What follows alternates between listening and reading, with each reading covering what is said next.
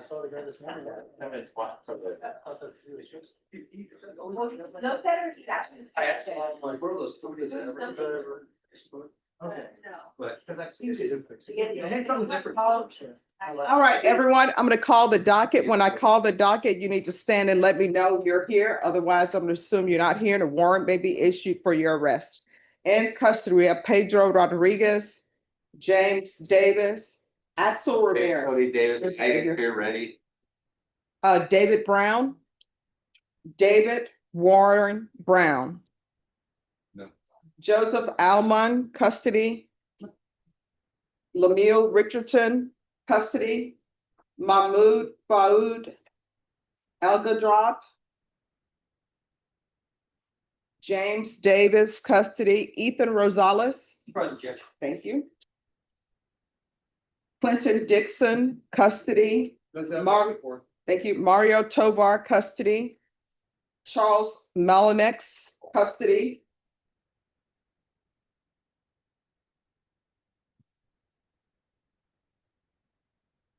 Oh, Tamar McIntyre. Is there anyone else? All right, everyone, please confirm. It's Friday, yay. Somebody won $3 million on the scratch off in San Antonio. Really? Yes, so after I finish with today's docket, you all will not see me again. So this is the day. I would still come in and just be like, here, your door, like. Yeah. Well, I'd wait until they took what they need to take from taxes. It's funny, I told my brothers, I said, if I had no debt and I won $1 million and I actually got the full $1 million, Yeah. didn't have to pay taxes on it, I'm like, live off that the rest of my life. And you know what they said? No, you couldn't. Yeah, they're like, no. Well, I tell you what, is this on right? now? Yeah. Okay, I'll tell you later. Well, let me. Yeah. I just want to.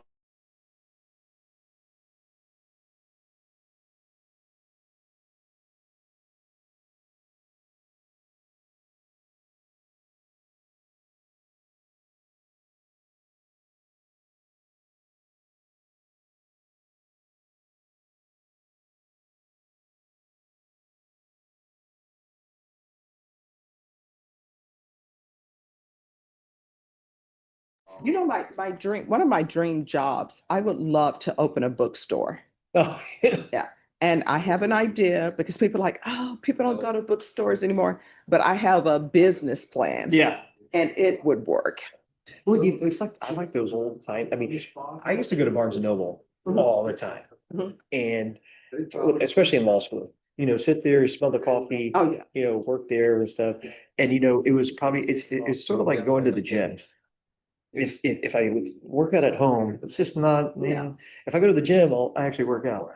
It's sort of the same thing. If I stay at home, I really didn't do, if I go to the Starbucks or like the Barnes and Noble, I'd actually study. I used to go a lot when I would take the bus. I would go to, you remember B. Dalton's Mhm. and Walden Books? Yeah, Walden, So I would I know go Walden there, Books really. and then they closed those down, and then they opened up Books A Million. I really wasn't feeling Books A Million because it was more No. like a warehouse. Yeah. And because I used to work as a librarian, Mhm. Books A Million, their books were so not in order, right? Yeah. And I would have to put them in the proper place. The whole place. Yeah. And then, so I'm not looking for my books. I'm like, this is in the wrong section. This Yeah, is not where it yeah. needs to be. And then I started going to Barnes and Noble. And one lady I met there, she used to work at B. Dalton in Walden's. And then she went there. And she said, Stephanie, you really should come and work here. And so the manager always tells me, you don't even have to be interviewed. We got. You just. That's come, right? hilarious. But she worked there, and I forget how long she worked, and I don't know if they still have it, but Barnes and Noble, if you work there for a certain time period, they will give you airfare and hotel to anywhere in the world. And I think for like 10 days. And so she chose Italy. Year or? No, it's not per year. I forget how many years you have to put in. And so she said she and her husband went to Italy, and she said they didn't tell me beforehand, but they give you some cash up front and they give you a per diem. And she said they had a limo pick her up, take her to the airport, and limo pick her up from the airport. Like, I can just work for Barnes and Noble because of this. Well, I need a side job. I mean, that might be, Well, a night crew. I'm seriously thinking, because I do want to open a bookstore, but I may end up working for Barnes and Noble just to see Find how out the that business, lay of the land. like, how do you get your books Yeah. in? Because I keep telling people when I worked, in the library, those books, and even when you go to the bookstore, if you open the cover page, it will tell you if the cover is not on this book, it's been reported as destroyed and the author got no royalties, right? So Wow, I didn't even know. bookstores, what they do is when they can't sell books after a specific time, see, that's why I need to work at Barnes and Noble to know how long. After that, they have to take the book off the shelf and they have to destroy it. Really? And they don't send it to libraries. They tear off the cover I did not know and they're that. just in the back and you're just tearing off covers. Really? And then you're supposed to throw those books away. I never knew that. Yeah. Because you come across some of those books with, I was like, oh, what? That's weird. This stuff. See, me, let me just tell you, when I was in school and we would have to read books for exam, Yeah. I would read it from cover to cover. Even where it says the copyright, I'm like, Oh, yeah. they may ask for the copyright date on this exam. Let me be prepared. That was me. It's a little different, but anytime I was a kid, I didn't get I got a Nintendo, so I was like in the 8th grade by the time my parents would allow me to get like one of the game consoles, and it was a Nintendo. But every game I got, I get the game. I will put it in the game or anything and turn it on. I'd read the instruction manual, the whole thing. Oh, All yeah. the way to the back. And some of those things were pretty thick. Mhm. And my friends were like, I go, no, you gotta read. See what's going on. It was funny. I mean, they would get so aggravated with me. Oh, So wow. Well, I must say, the first game I ever played was Mortal Kombat. I didn't read any of the rules. I'm like, let's fight. that ones were like special. I'm going back to the like Nintendo baseball when it was like A and B and like Do you remember the tennis? oh yeah. Oh yeah. Oh yeah. I remember all that stuff. My favorite was Excite Bike. And I remember when I was a kid, I remember at the arcade, it was this one where this little dirt bike. Mhm. It's a very simple thing, but it was like, and I remember when I finally got that and got a Nintendo, that was the first game I got. Oh, yeah. And I was so excited about that. Oh, man. See, young children will never know the joy of playing kickball. They don't even know how to do that anymore. Oh, you know what? My little girl, they took like on Wednesday. Yeah, Wednesday, they have a park right across from the school. They took all 80 fifth graders over there to just play in the park. And they did kickball. And I go, did you play kickball? She's like, no, I don't like kickball. I go, oh, you gotta play kickball. I go, that and dodgeball are the two, like, that's like passing the torch.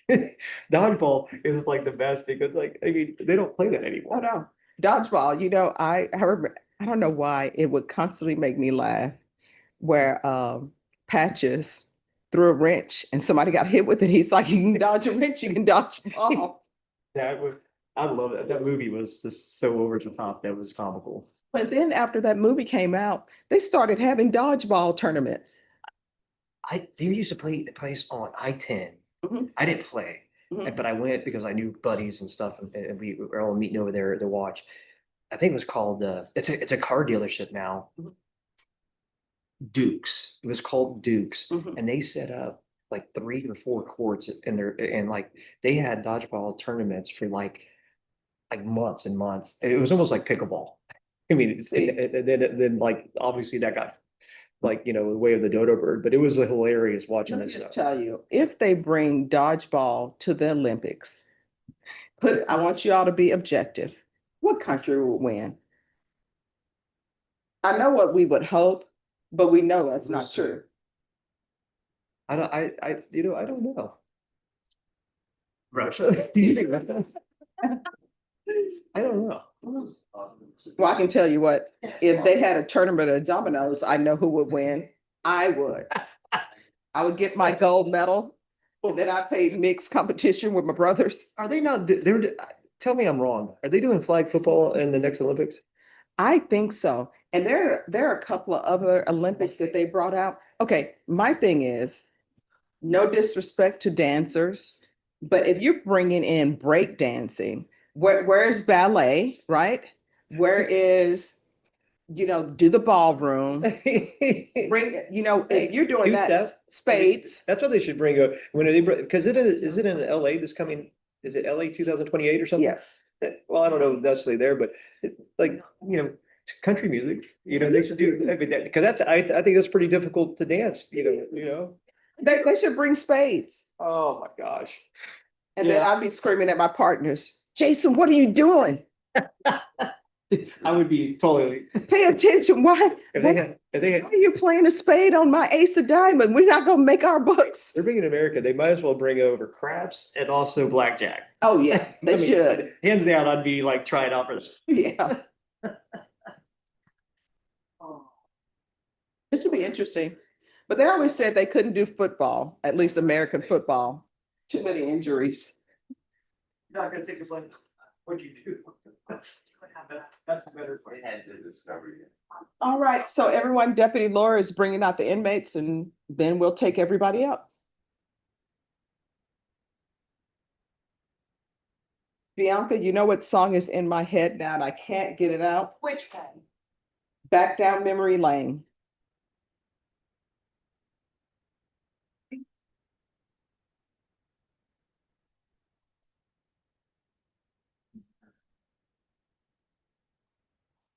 Come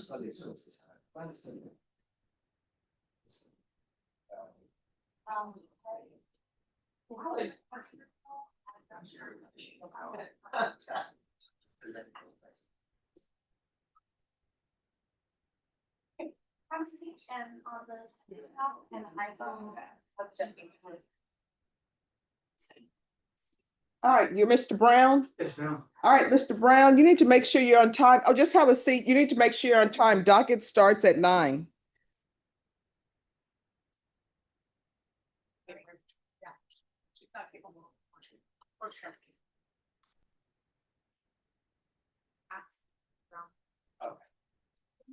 Hey, no, where are the waivers? We need to print a waiver out with 2080 on your guy Davis. Oh, yeah.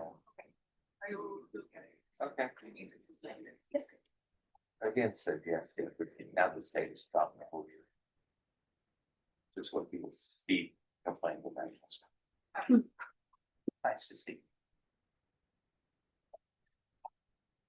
Is it on both cases or just one? I believe it's 3 cases. I got a 24, 1, 7, 9, 15. 24. The waivers of appeal? Oh, I've got 2 of them. It's on Ethan Rosales and Axel Ramirez. 25, 0, 6, 2, 0. And then. How do they do that? Maybe the order done.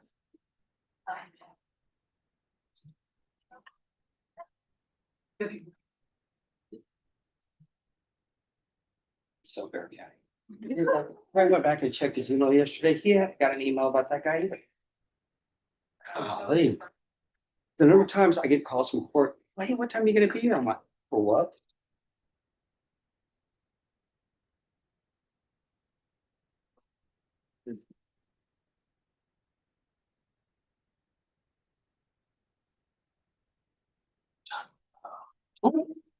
Let's. We're around to it. I have no clue. Never go to the 227th, but that's.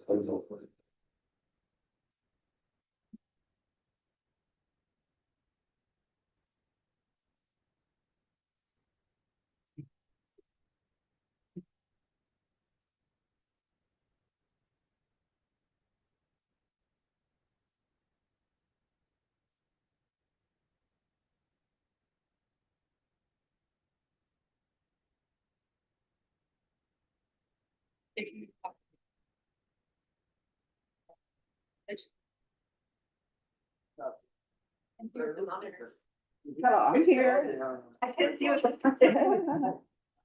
like Jaylen Ross is scared. You had asked it because I couldn't use you. He's not on the docket. He requested to. Okay, all right, thank you. Let me get the file.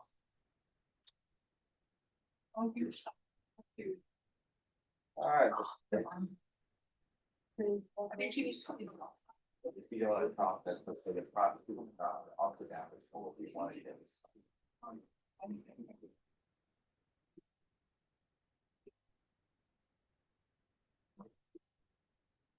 No, I'm gonna ask that. 1 year studio.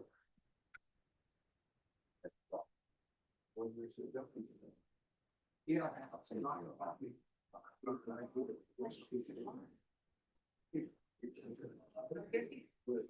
They just brought us over.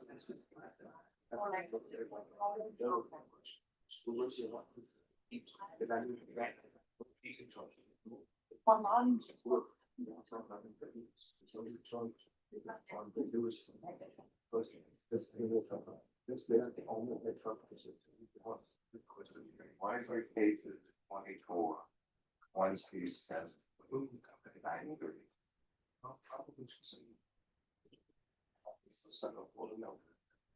That's those credit card, debit card. And it says second degree state jail penalty because you have 3 times.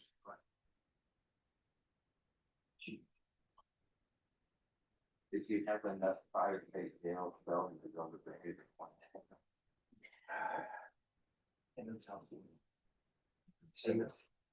Judge, may I approach? Yes, Judge, on Mr. Dixon, they need to pull the file. Okay. I really don't understand this. Remember, I'm gonna get started on my other paperwork. I'll just get that when I. I'll get it right now. All right, thank you. Okay. You're on Dixon. uh-huh, Oh, yeah. I thought she printed it. I don't want. Yes. All right, yes. Judge, last week I was in and asked you to give me some money to hire Dr. Murphy. Okay, where's Mr. Dixon? He's over there. He's in there. I've talked to Dr. Murphy, but she has not yet seen him. And I'm hoping, Needs to come down. oh, All right, thank you. All you should eat, that's mad. I'm putting the for hour. Oh, okay.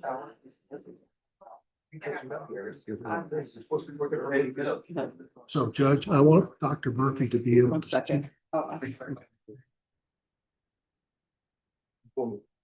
there doesn't. Yeah, no.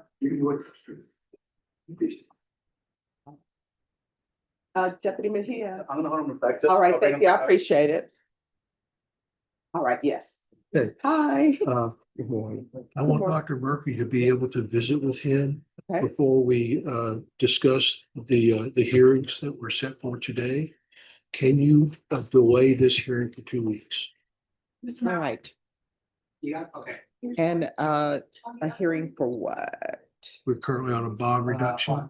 Okay. It was, Judge, I think it was sua sponte filed because I did not file any motions for bond reduction. He is remanded without bond on 2 of his cases, 50K on the other. But I really want to get the Dr. Murphy interview done before I address his bond. All right, so his, let me see. Oh, and I've also conferred with the state and they're okay with a 2-week reset on that. So his plea deadline date is actually June 23rd. Yes, Your Honor. All right. So how much time are you asking for? Just 2 weeks to come back on the bond issue. All And right. hopefully Dr. Murphy will have been there to visit by I'll then. tell you what I'll do. I will, I can set it for June 9th, if you want June 9th.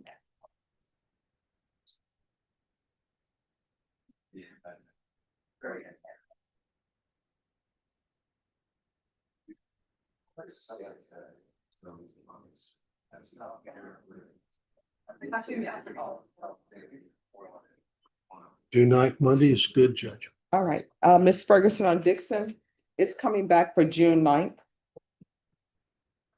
Yes, and they want a bond hearing. On that day. Yes. I'll file the appropriate motions to come back. State on Dixon, they're coming back on June 9th for a bond hearing. He's remanded without bond, defense counsel tells me, on a couple of his cases. All right, thank you. Okay, thank you, Your Honor. Just have to see, sir. Okay, the Africa spent the name Cody Davis. Well, Mr. Davis needs to be brought back out here. Previously, you wanted back out here. Yes, I do. All right, Bring him out? yes. Whenever y'all are ready. Mejia, you bring him out, please?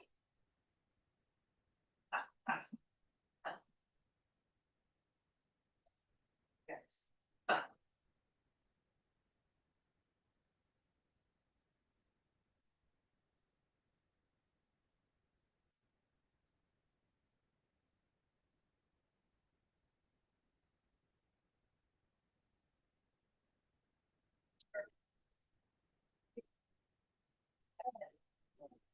Judge, Yes. and have it. I don't know, and I should just make a record of the offer that's being made to him and the ranges of punishment to the defendant outside the presence or if he just found that. Oh, just give me 1 second.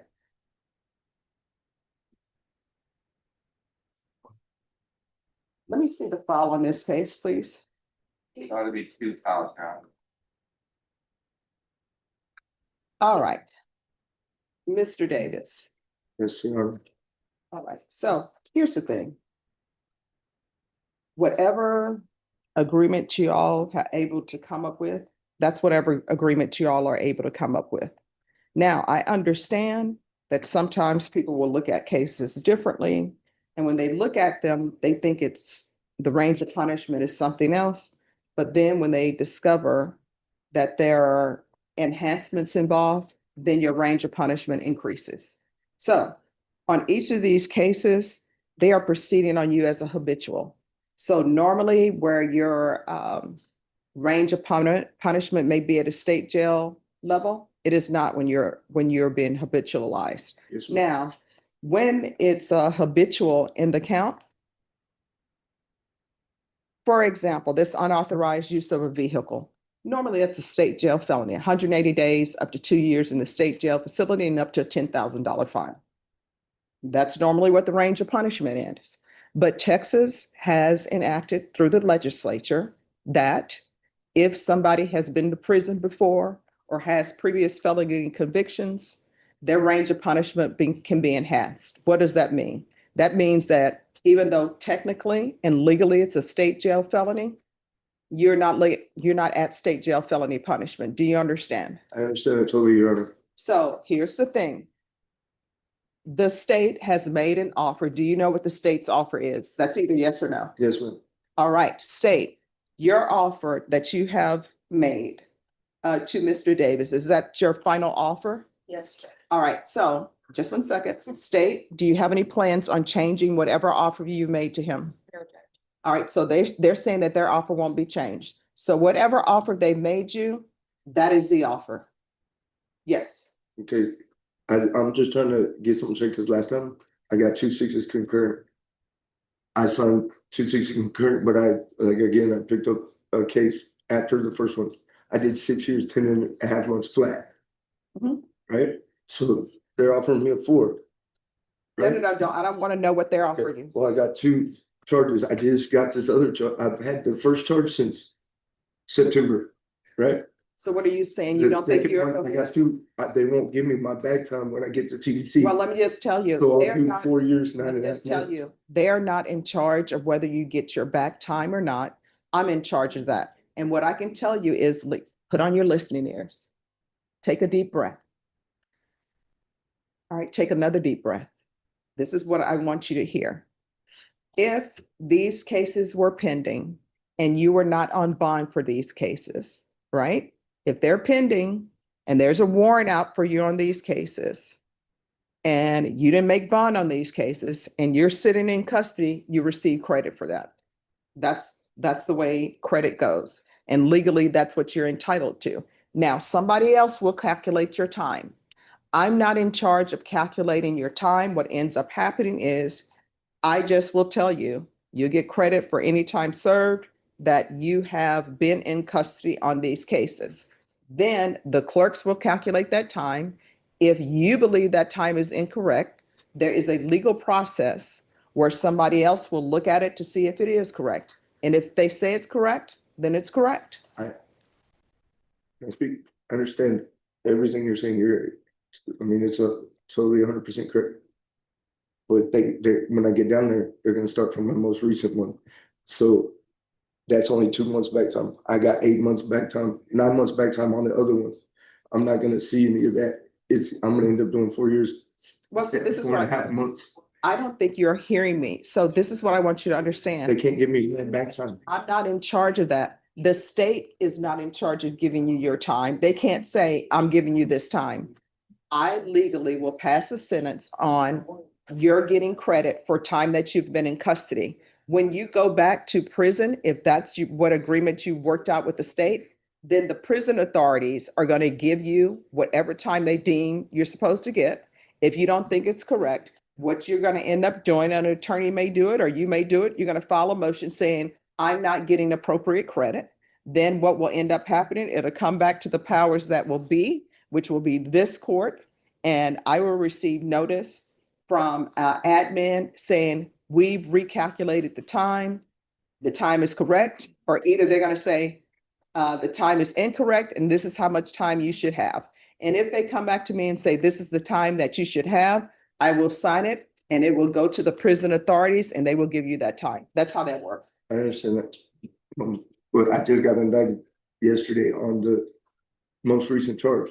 I mean, I had time to even look at discovery, but I haven't been able to discuss discovery or any case of defense against any of my cases. And this, yesterday was the second time I ever, Here's the thing, you're here. I was ever offered anything the second Here's the time, thing. Your Honor. You're here, he's here. Look at the file. I mean, I want to go to trial, but I can't with Okay. him. I can't, he will not fight for me.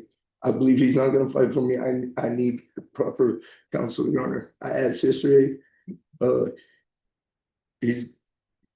we've already, I'm trying to talk without cussing and getting, No, you can, go ahead. cause like, this is my life, right? And if I take it to trial and face him 5 to 99, I know that I've already had affidavits put in, he won't turn me. Right? All right, so let me explain to you something about affidavits and the filing of affidavits. If these are affidavits from laypersons, that's not how it works at trial. They have to come in and testify. Yeah, they're willing to do it. All right, so then what will end up happening? Here's the thing. If you want to go to trial, guess what? In this court, you will get your jury trial. The jury will, if the jury find you not guilty, then they find you not guilty. If they find you guilty, you've already told me you're looking at 5 to 99 years or life in prison. I'm not, but I don't have adequate counsel to go to trial. All right, so this is what I want you to do. I want you to sit with your attorney and I want you all to go over the state's file. And this is what I'm going to tell both parties. Using profanity and anger is a sign of people not being intelligent. Yes, ma'am. So everyone should treat everyone with respect. I don't care who you are, what you do for a living. So you both are going to go over there, okay? And then if there is an issue, Mr. Hyde, do you still wish to represent him? That's either yes or no. Yes. All right, then have you been going over the documents with him? I gave him the police report of the latest case yesterday. I was just wanting to check that that was enough issues that he's talking about.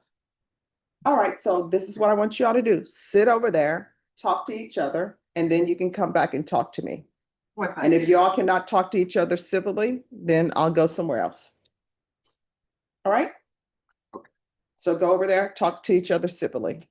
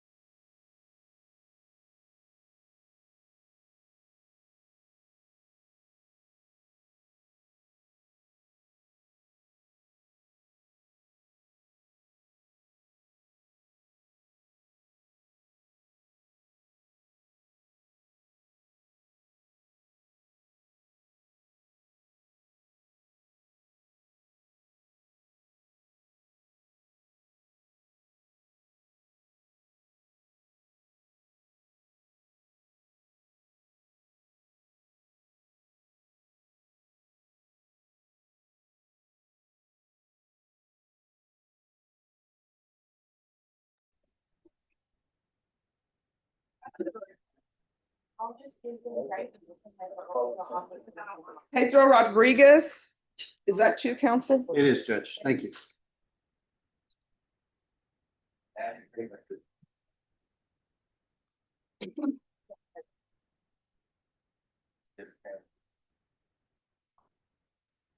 Take your time, don't fall.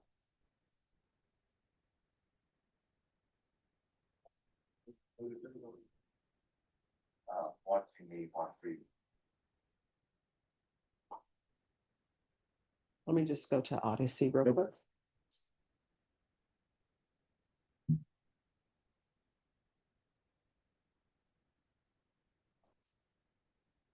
Taking Odyssey a little bit of time. Doesn't want to work. Mhm.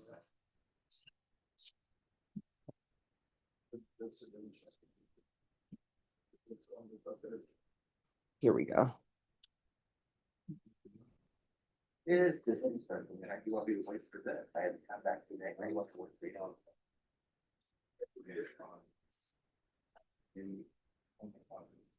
He's had 5 balls on one. You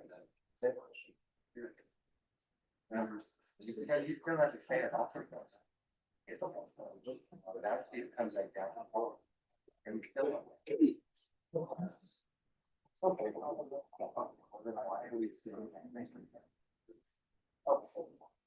All right, so CPS records, do you all have those? They do have them. I've asked for a copy. I don't believe I've gotten them, but I'll get them, Judge. What I've been working with the state on is getting an affidavit of non-prosecution. I Okay, tendered that to them today, and I will e-file one with the court later today. So I'll be speaking to the prosecutor, but I think they have a request as far as scheduling. Yeah, we just asked, it's currently set for discovery hearing, Your Honor. We asked that it be set up for a plea deadline hearing. And between today's setting and the next setting, we're gonna schedule an interview with the child involved in this case, as well as the child's mother, to, I guess, further determine what we're gonna do with this case. all right, your plea deadline date is June 9th. Thank you, Your Honor. And so on that date, you need to let the court know whether or not you're reaching an agreement. If you have not reached agreement, there's going to be a quick turnaround for a jury trial. Thank you, Judge. As of right now, we have not tendered an offer, but if at the next setting, if everything goes according, we will tender an offer. Oh, no, you all need to tender an offer because his plea deadline date is June 9th. Yes, Okay. sure, we will. Thank you, Judge. All right, they're going to give they're going to give you an offer today. Okay. I'll meet with him this week. And counsel, if you could sign the acknowledgement of discovery, Excuse me, Judge? if you could sign the acknowledgement of Sure. discovery, thank you. And you're on our back. Yes. My client now wants to talk to Mr. Porter, not me.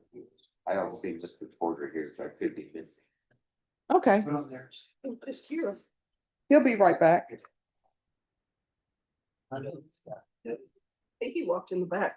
Oh. It's got conflicts. It's not bad on the- I think it's.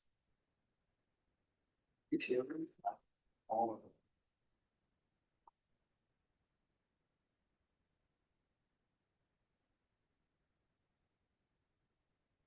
All right, Rodriguez, Norman's plea deadline date, June 9th. Yes, ma'am. Thank you. And on Dixon, bond hearing on June 9th.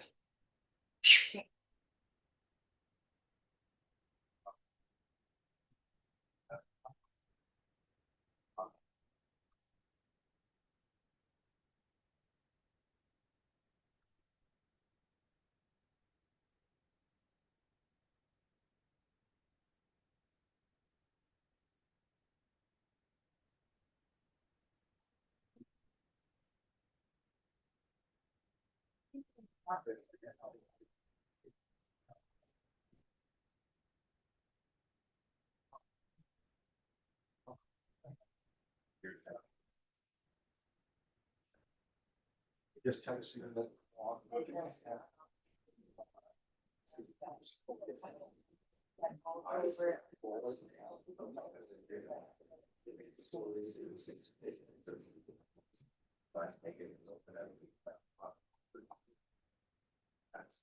Okay. There's also indictments where. Thank you.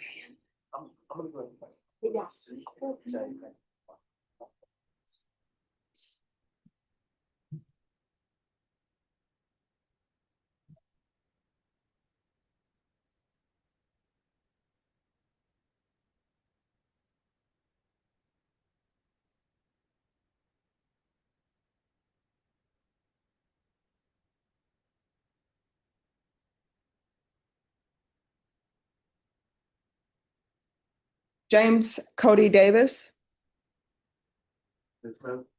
Who's the attorney for James Cody Davis? I'm here. I'm sorry. Oh, that's still his file. Okay, I'm sorry. They're not reading that. Yeah. All right, Jaylen Ross. Oh, you can come forward.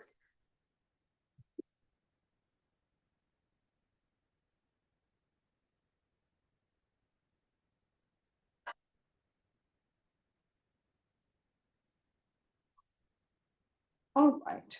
The last time you were here, and I'd like for people to feel as though, and not actually just feel as though, but to have had a chance to speak to the court. And it appeared that you wanted to speak to me. Yes, I did. All right, and what did you want to speak to me about? Yeah, I have a second to breathe. Kind of got worked up a little bit. I'm sorry, what? Can I have a second to breathe? I kind of Sure. worked up a little bit.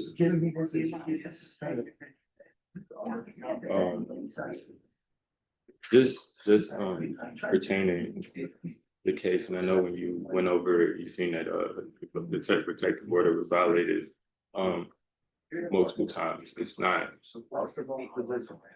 I know it.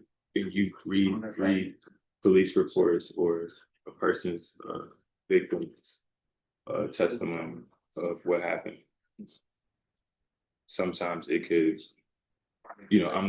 it's up to the court, your discretion to see if,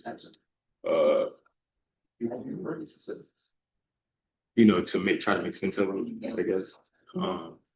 But when it comes to probably a protective order, we have children together, and to be honest, like I never been in any trouble before in my life pertaining like legal system and having to no contact, like the contact order with my children. And I was a sole provider for my children. Like she was a stay-at-home mother. And when I went back home, like the no contact order, I went back home, but I was the only person on the lease and I didn't have anywhere else to go. And honestly, from what we talked about pertaining me and her, we were fine on good terms, etc. So to be honest, I didn't think it was gonna be any more. But see, here's the thing about it is that there's an offense against you for choking, right? And when you think about it, choking a person, that means you're face to face with them. They can't breathe and you're still choking them. Now, you have that, so you have to know that there's a no contact order in place. And when you're saying, oh, well, I leased the apartment or the house or whatever, that's why I was going back there. Okay, I understand that. But when you were placed in custody at the jail, both parties agreed, your attorney agreed and the state agreed that you were actually contacting her from the jail. And so the thing about it is, you already have this violent offense for choking someone. And then on top of that, you are continuing to contact them from the jail. You had to know you couldn't contact people from the jail. And that just shows the court that you can't follow rules. And she has, according to the testimony that's taken, she left town and is no longer in Texas or wherever she may be. Then, it is what it is. She left town. Maybe she left because maybe she's thinking, I leave town, he doesn't know where I am, then he can stop contacting me. But that's where we are. Yes. Sure. Okay. I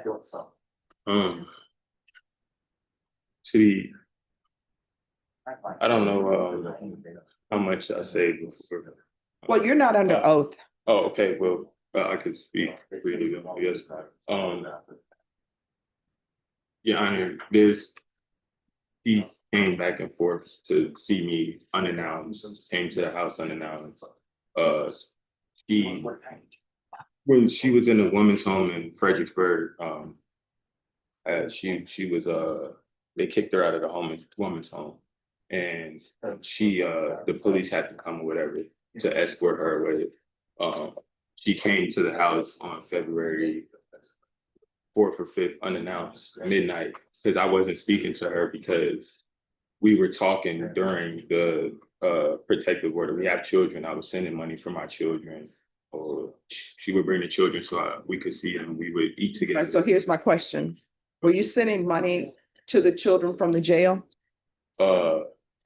That's a no. No, But you were still calling her from the jail, and that had nothing to do with anything. So here's the thing. I wanted to hear you out because I know I didn't get a chance to fully explain to you why I didn't grant you probation. But the reason why I didn't grant you probation is because you have a crime where you choke her. And then after you choke her, you continue to contact her. What I'm letting you know is I understand, okay, you're on the lease, you go to the apartment or to the home because you're on the lease and you're trying to make sure that the children have food or have money. That's fine. But then you proceed to call her on numerous times from the Bexar County Jail. That's a no. And for the court, part of the reason why I didn't grant you probation is because based upon your actions, you're telling me you can't follow conditions of probation. So that is why. Actually, Your Honor, if possible, like, because before this happened, I was enlisted actively in the military. I was enrolled into medical school for LMRT classes to become a radiologist. And my classes started in March 2025. I've been in and out, grew up in the jail, etc., house arrest, etc. since then. I understand exactly where you coming from and how it could seem to the court, or even like the charge, or etc. I've been sitting in jail and dealing with different health reasons, low potassium and low liver enzymes since the date of my arrest, December 5th to March 18th. I was admitted to the hospital. I had lost 110 pounds because I wouldn't eat because I had psoriasis, which is like my skin breaks out from certain foods, meat, dairy, etc., sugars, have you. I grew up in a family with my immediate household was my father, my brother, and myself. Out of us three, both of them are felons, and neither one of them graduated high school. I'm the only one who graduated high school. I'm the only one who wasn't a felon. So applying for the probation and adjudication was trying to save me from becoming a felon. I took pride in not having any criminal history. If you could so grant me, I don't have obviously lawyer here, but I was thinking You can always come back with your attorney. I tell you what, I'll have you come back with your attorney. If you want to come back with an attorney, you can. no, I'm just speaking to you. I mean, it's up to you. I mean, I just don't want to be a strain on my family, and being that I know that I would abide to any probation adjudication, especially the first. I can try to save my record and save me to be able to go on and have a career in any field or even enlist in the Army still. I would say if you could maybe think or ponder on doubling the sentence to 8 years probation deferred and double the fines. And if you could possibly consider a no harmful contact, because Carissa has my children and Carissa has my children, she has my car, she has a bunch of my possessions. No, from our family, both of our families know each other. I knew Carissa since I was 14 years old. Both of our families know each other. Carissa doesn't, she's left her family. Let me just tell you this, what I would suggest to you is speak to your attorney. The reason why I had you brought back is because I felt that there is something you wanted to say. And I know I didn't get a chance to explain to you why I made the ruling I made. Mhm. And I will tell you, we're always taught as judges never to explain our rulings, just make the ruling and move on. But I don't like to do that because I don't want people to think that I haven't heard their story or I'm not paying attention to them or that I'm not looking at them as individuals. So I noticed as you were being taken away, you were raising your hand. And that made me realize that I really didn't get a chance to explain to you why I ruled the way I ruled. Now, if you're asking or wanting me to perhaps do some type of different sentence, and for me to consider that, then your attorney will need to file a specific motion for that. The coordinator will let your attorney know, and we'll go from there, okay? May I say something? Sure. Uh, from, I was told yesterday that my lawyer or attorney made motions for reconsideration and a bunch of other motions. I haven't received those. That's what I was told from my family when I called them. Before I went up here, this is all off the record. Yeah, we're off the record. Um, The court reporter is not taking anything down.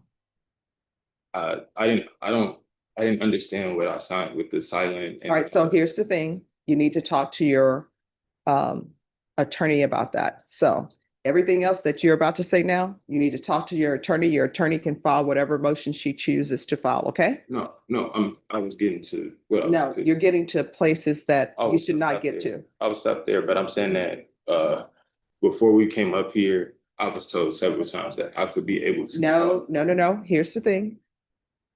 You are now trying to, or well, attempting to wade into legal matters. And I think you should have your attorney here to discuss that. All right? So, Ms. Ferguson, Yes, has a motion been filed by his attorney? I need to double check that. Judge, do you have his case number, Judge? No. They're right.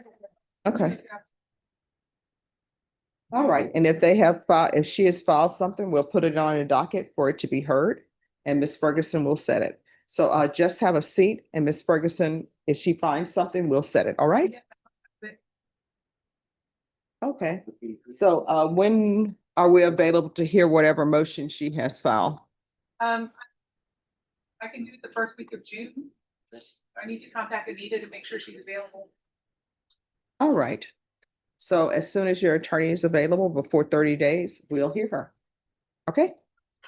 And if you have some type of food intolerance, you need to let the jail know. If you let the jail know, they will prepare you a specific meal. I literally, this is all in the notes. This is all the thing I told, when I had Zoom court for the protective order hearing, I would go to Zoom court in jail, and I told, Deputy Mejia, yes, sir. will you please let the jail know that he has food intolerance to dairy? Yes, sir. No, it's not just dairy, it's meats, processed foods. All right, he can't eat any processed food. Will you let them know that he needs to eat green? Yes. Your Honor, he needs to submit a sick call so they can verify he does eat, that he's allergic and can't tolerate that. Your Honor, I can tell you exactly what happened. I was in jail for 34 days. So here's the thing. The only question that I need to know is, did you submit what form? This is, it's a lot of medical blood work. I took Did a lot you of, submit it? I've been in and out of, yes, I went to No, the my hospital. question is, did you submit the form to the Yes. proper people? Yes, several times. All right, so Deputy Laura, if you can make sure that the jail has the information on him, and I will send an email. And I didn't eat until I went to the hospital after 30. I will send them an email about your intolerance. Is there anything else? That's it. All right, so I'm gonna send an email right now about your food intolerance. So what specifically can you not eat? I was wanting to just get some type of fruit, and they didn't give me any fruit. They said because it's hooch and all this. Okay, other this is stuff. what I want you to, I want you to listen to me and internalize what I'm saying. As my grandmother would always say, it's not about who shot John right now. So somebody did something or they didn't do something. I'm not at that point right now. Where I am is you're telling me you have a problem. I'm trying to solve it. So I don't need to know the backstory. I'm just trying to figure out, what are you not allowed to eat? What can you eat? And I will send an email to the sheriff letting him know that you are not allowed to eat dairy. So other than dairy, what else can you not eat? Meats, processed food, just really fruits and vegetables. But, All right, so you're not allowed to eat meats or processed food. And what are the results if you eat meats or processed food? I have skin breakouts in my face and hair area, etc. And it gets like red irritants with psoriasis. All right.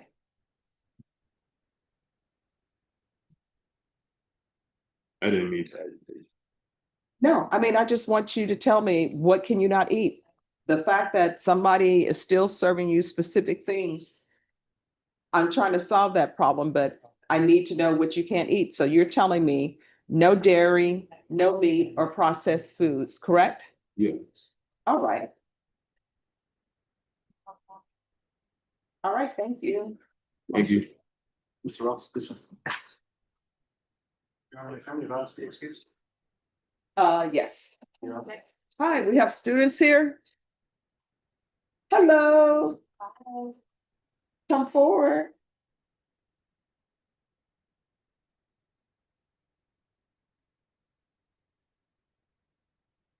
Hello. Good morning. Good morning. You all are from Fox Tech. Yes, ma'am. Yes. What is the school mascot? Above.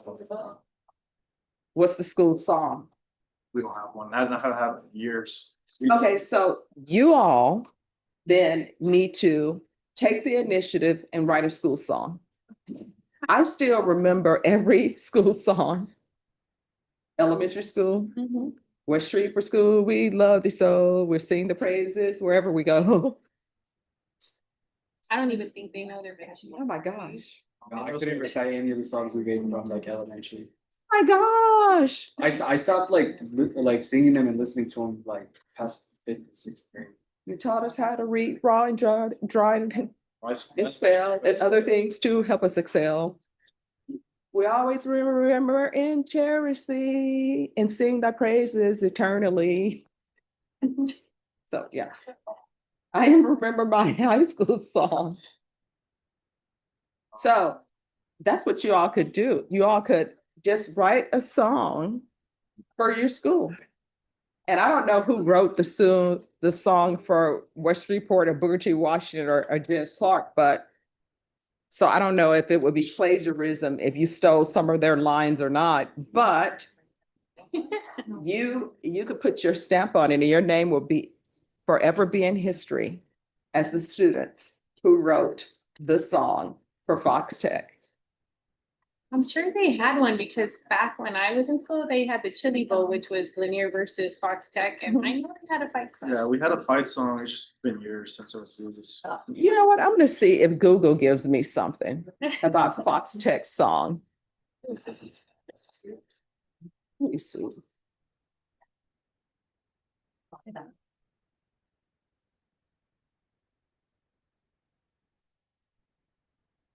Let me see.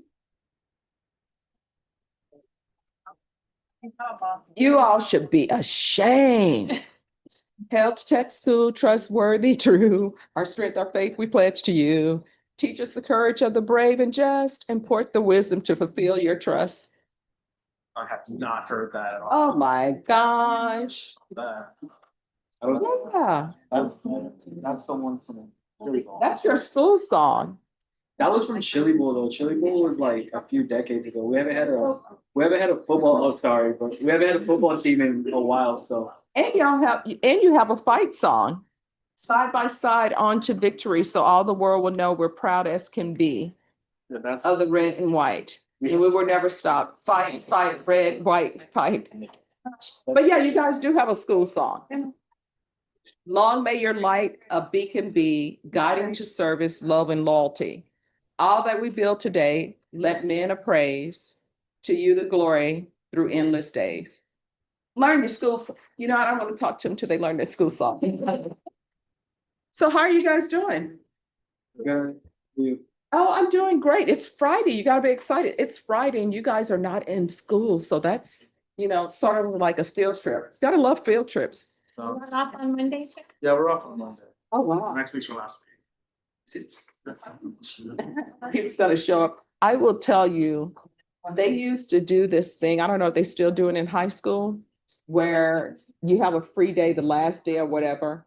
I still went to school and we just Senior played games. skip day? Yeah, I didn't do skip I day. don't need it. I was like terrified of skip day. I'm like, but I never missed a day in school. So my understanding, you guys have something for me? yes, ma'am. The coalition, but yeah. I will step down. Oh, they are? We just handed the one? Thank you very much. Judge Floyd actually was the attorney for the felony drug court. She knows all about specialty court. Yes, I'm like, oh, this is nice. I was trying to see which poisons delves into which specific cases. She said we were coming to, what was it, domestic violence, right? No, that's the court that I'm in now, the judge called. I was kind of looking forward to going to Texas. This one fun. Or dealing with like.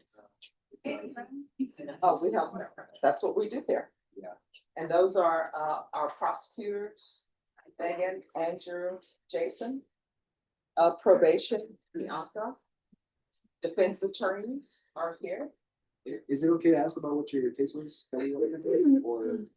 Oh, that was just a case where it was a family violence case, and I always like for people who stand before me to know why I'm making certain beliefs, so they don't just think I'm just sending you to prison for no reason because I'm having a bad day or something.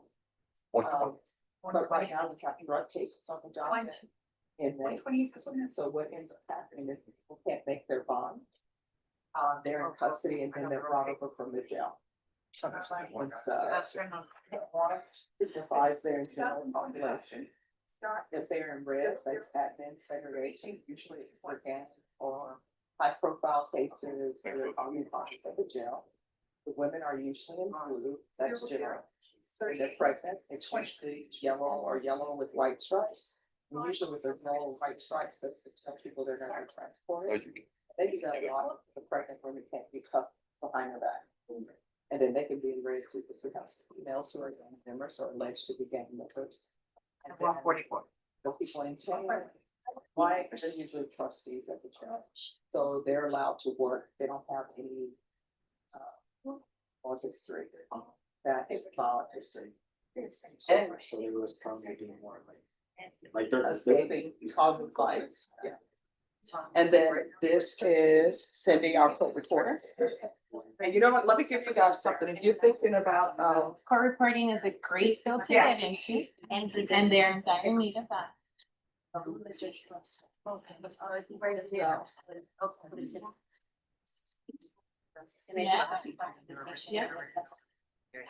All right, I only have 4 to give, but you guys can make comments, and if you'll make sure you give it to your students. I can make copies for them. Okay, awesome. Thank you. You want to these and then I'll sure, make copies for you. And then this is Deputy Laura, Deputy McKeon. They're like on high alert because we're blocking their view of the people in the box. And they're supposed to be in charge of security, they can't see. And clerks, coordinator. Yeah, any other questions? How many cases would you say you go through again? Oh, we barely do any cases, maybe 2 a day. How many different trials do you go through? We barely are in trial. Every week I have the calendar. Every week. I have a calendar right here, I have that. And we usually have large dockets. This docket is a holdover from yesterday because we were in jury trial and some of the cases didn't get completed, so we're doing it today. And you can watch judges. Yeah. And almost everybody in the court. You'll see. Yeah. Yeah, bro. Oh, come with me.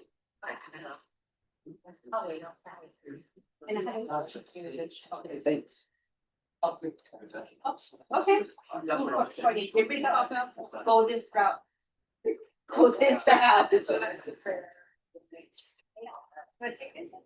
I'm gonna get cocktails, so she has for everybody. Okay. Cause she likes to get a lot. And then they come.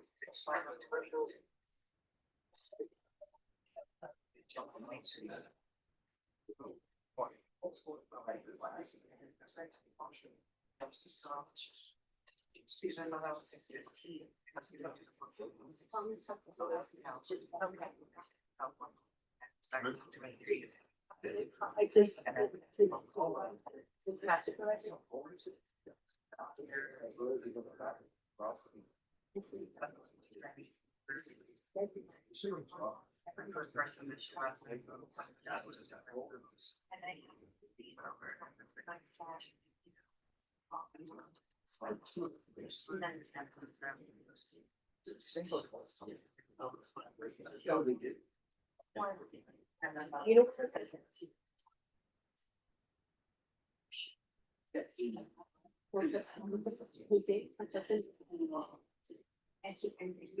Hello Fresh. Do you like it? I love it. Yeah. I like to cook. Like I said, I like to cook. I love to eat. So your kids. That's right.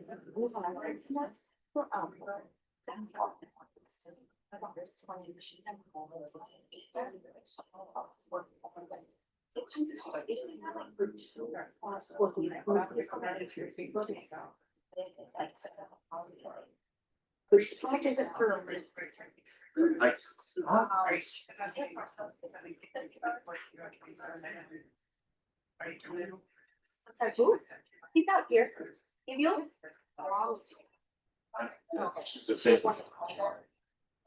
Oh, I said everything. It was that time. They were big one that time. He asked me for one more copy of it. So quick. Like, why is it?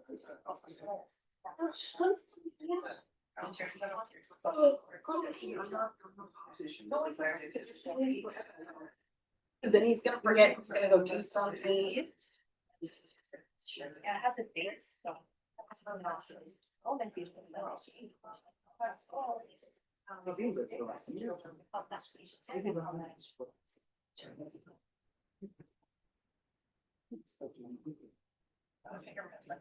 Oh, yeah. I like this one that people don't want to take it. It's walls. They're square, they're like this big.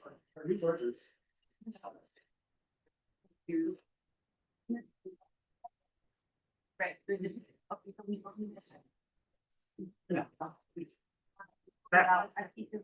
I like to keep them not. And this because I have a phone.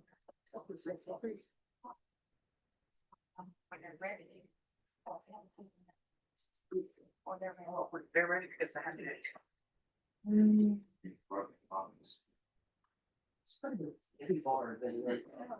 And I'm saying that this is ready. So I'm gonna go. They're already up there because I just been on before. I like to. So my fun thing. Oh, there you go. I'm gonna have to know some.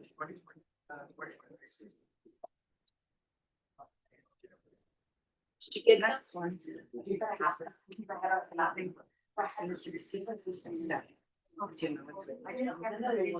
But it's good. This is why when you receive the survey. It's pretty close to this. But the shop is silver right there. As well.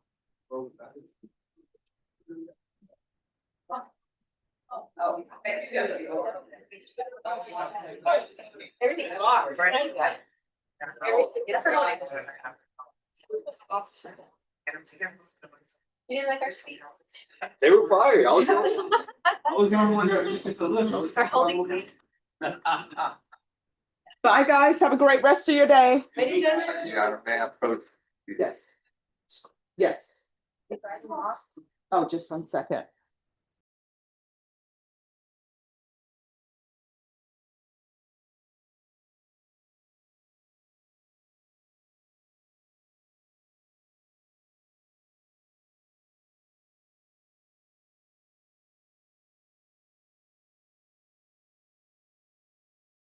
he submitted a sick call for a headache. And on March 25th, that he has to submit the case, maybe due to stress. But other than that, he never mentioned it about the doctor. Not that I have any doctors, he's taking allegations like this. Okay, all right, thank you for letting me know. Then I don't need to send the email. He never had any problems. Okay, all right, thanks. Yes, Judge, I'd like to take your offer and withdraw this case, Mr. Rowan, take it over. okay, Thank you. you're welcome. Pleasure to see you. All right, you too. Who is here on David Brown?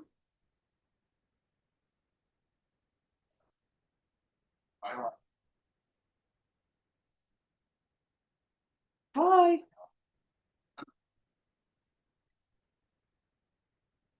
All right, where are we on this case?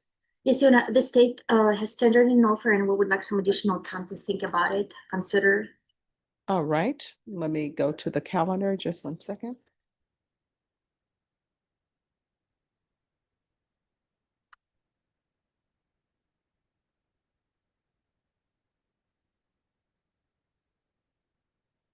All right.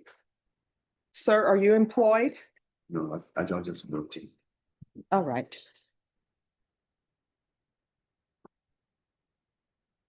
All right, we can come back on May 29th. All right, we'll come back on May 29th. That will be your plea deadline date. All right, Ms. Ferguson, if you give him a reset form for May 29th for plea deadline date. Thank Is you. May 28th available? No, No, okay. I can do it sooner, What is it? 27th. Okay, we'll do it. I have doctor's appointment. Oh, no problem. What is it? Ms. Ferguson, change it to May 27th, please. Thank you. You're welcome.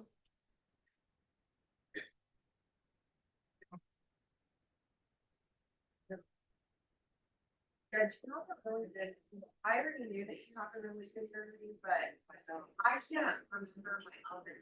I can only remember the first line of that. Yes, there's. Yeah, there is. I was like, it's like, Michael Allen, we're reaching for the stars, so that's the only part I remember. I remember that, and you know what else I remember? I remember our graduation song, because you know it was different. And I think it's because our music teacher drilled that into our heads.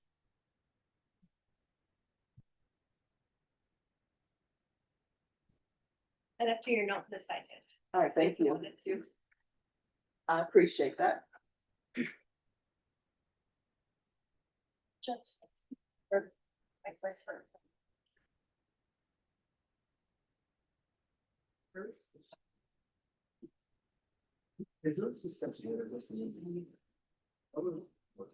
Was pointing. Axel Ramirez.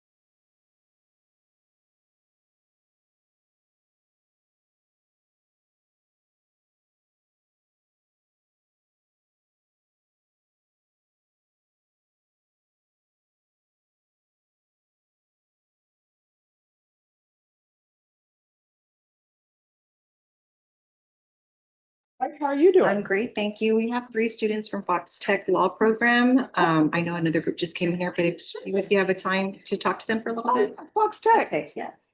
Come on down, Fox Tech. Attorneys, we have Fox Tech in the house. Okay, I'm gonna give them the quiz that I gave the other students. Okay. What is your school song? Yeah, do we have one? Okay, that's what the last group said. Do we have one? We have one. And you know what I said? Oh my gosh, everybody have for all my school songs. Let me go. You guys have a school song and you have a fight song. Oh, the fight song, I know the fight. You know the fight song? I don't know the fight. Oh, thank you. All right, the school song is Hail to Tech School, trustworthy, true. Our strength, our faith, we pledge to you. Teach us the courage of the brave and just. Impart the wisdom to fulfill your trust. Long may your light a beacon be, guiding to service, love, and loyalty. All that we build today, let men appraise. To you the glory through endless days. There's something new, thank you. You're welcome. So what's your fight song? What's that one? That's the one person who knows it. It's like fight, like it keeps going with that. I don't know, we don't like have school pride like that. Yes, not anymore. Not anymore. Yeah. Ah, so are you all thinking about becoming attorneys? What are you guys thinking about? I actually want to be a court reporter. Oh, see, you got the court reporter slip. Yes, ma'am. I'm already enrolled in the ADC program. Judge Torres Law actually connected me with her court reporter, so they signed me up, and now I'm doing that 45-day program. Awesome. So what are you interested in? I want to study social work. Okay, awesome. You know what, if you want to do social work, when you say social work, what type of social work? I'm not exactly sure yet. I just know that, like, in between two, but family court is a little bit on the sensitive side, so possibly.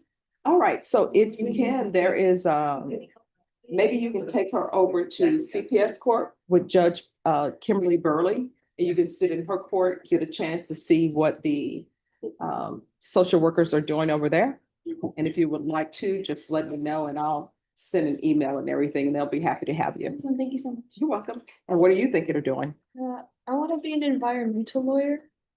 Ah, well, I would say that is fantastic. And see, you're like, oh my gosh, she doesn't know anybody in environmental law. Technically, I don't, but one of my classmates, she was Navajo, and so now she's working with water rights in Arizona. So I don't know if you want to do environmental law here or if you want to go somewhere else. I just like the idea of, like, I guess, like, saving the world. I don't know. Okay, well, no, that's good. We need people to save the world.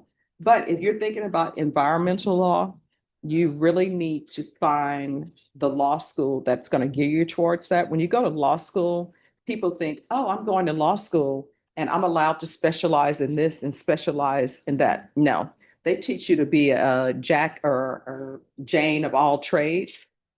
And usually with environmental law, at least at St. Mary's when I went, they only had like maybe one environmental law class. Yeah, I just know it's not that common, and I just have interest in that. I don't know, I care about the Well, planet I and will stuff. tell you, if you go to any law school in Arizona, they will have a lot of environmental law because they deal with different reservations, that type of thing.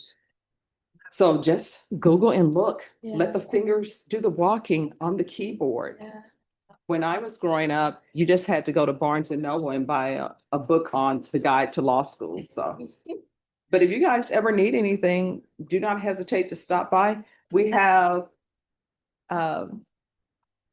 prosecutors here, and some of them are claiming they don't have fight songs or school songs. I know they do. Every school had a school song. Now I remember. And then we have defense attorneys here. We have inmates here. The deputy is here. Did deputy here to step out? He'll be right back. All right. And then we have the coordinator and the clerks.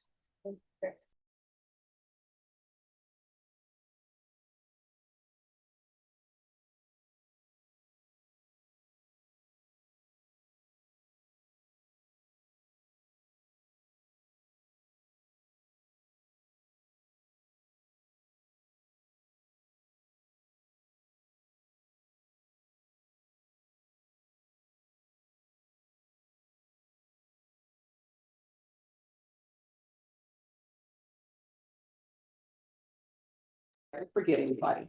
And if you guys would ever like a tour, I'm so sorry, wait a minute. If you guys would ever like a tour of the Bexar County Jail, just let me know and I'll make arrangements, because I do believe if you are going to practice law, whatever you may practice, you may decide, I really don't like environmental law once I Yeah, got maybe into once I it? get in there and I don't see there's that much there, I want to switch it up. Yeah, so if you decide to do criminal defense or work as a prosecutor, then sometimes your clients are gonna be in custody. All right, so Deputy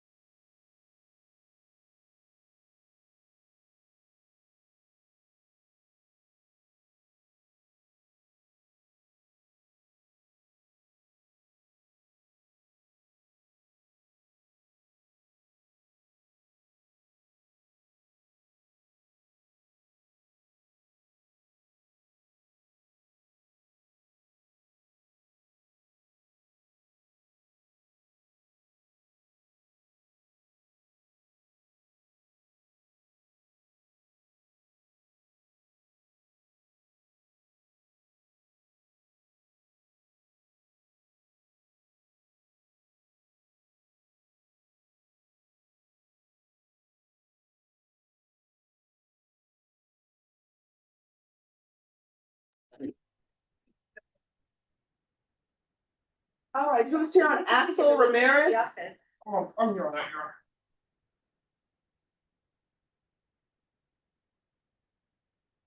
Morning, Judge. Good morning. Morning, miss. Good morning. All right, the court is calling 2025 CR 0022426 State versus Axel Ramirez. Can I have parties announced? Megan Galloway for the state. Trey Maurer standing in for Robert Maurer for Mr. Ramirez. All right, and are you Mr. Ramirez? Yes, ma'am. Do you have any objection to this attorney standing in for Robert Maurer? No, ma'am. Counsel, have you received all discovery? Did you review it with your client? We have, Judge. Court will find that the state is in compliance with discovery. Mr. Ramirez, did you review the application for deferred adjudication or community supervision with your attorney? Did you understand it and sign it? Yes, ma'am. Did you review the true bill of indictment with your attorney? Did you understand it? Yes, ma'am. Counsel, do you waive the reading of the indictment? We do. State, are you proceeding on the indictment as presented? Yes, Your Honor. Did you review the admonishments with your attorney? Did you understand it and sign it in all the appropriate places? Yes, ma'am. Did you understand you're charged with intoxication, assault with a vehicle, serious bodily injury as a third-degree felony? Range of punishment is anywhere from 2 to 10 years in prison and up to $10,000 fine. If you have a plea bargain agreement with the state, the court does not have to follow your plea. If for any reason the court does not follow your plea and gives you more than you bargained for, the fact that you entered a plea will not be used against you and you will be allowed to withdraw your plea. Did you understand? Yes, ma'am. Did you understand you have a right to jury trial, a right for you or your attorney to cross-examine and confront any witnesses the state would call in, the right to remain silent? Yes, ma'am. Did you understand by entering this plea, you were giving up those rights? Yes, ma'am. And did you intend to give up those rights and enter into a plea in this cause? Yes, ma'am. And counsel, it's the court's understanding that he's only applying for community supervision. Is that correct? That's correct, Judge. Counsel, has your client been able to provide you with any defenses? Yes, Do you believe he has a rational as well as a factual understanding of the charges against him? he does. Do you believe he's currently competent and was legally sane at the time of the offense? Yes, Judge. Mr. Ramirez, has anyone threatened you, coerced you, or placed you in fear to get you to enter this plea? No, ma'am. Anyone promised you anything other than the plea? No, ma'am. Are you satisfied with the way you've been represented? Yes. Are you a U.S. citizen? Yes, ma'am. Court will find that defendant has knowingly and voluntarily waived his right to jury trial. Did you review the plea bargain page with your attorney? Did you understand it? Yes, ma'am. According to the plea, punishment is to be assessed at a cap of 6 years in the prison. There's a $2,000 fine. There's no application for deferred adjudication. The state opposes your application for community supervision. They will take in consideration 2025 CR 0022422, and there's to be restitution of $100 to the complainant. Did you understand that to be the plea? Yes.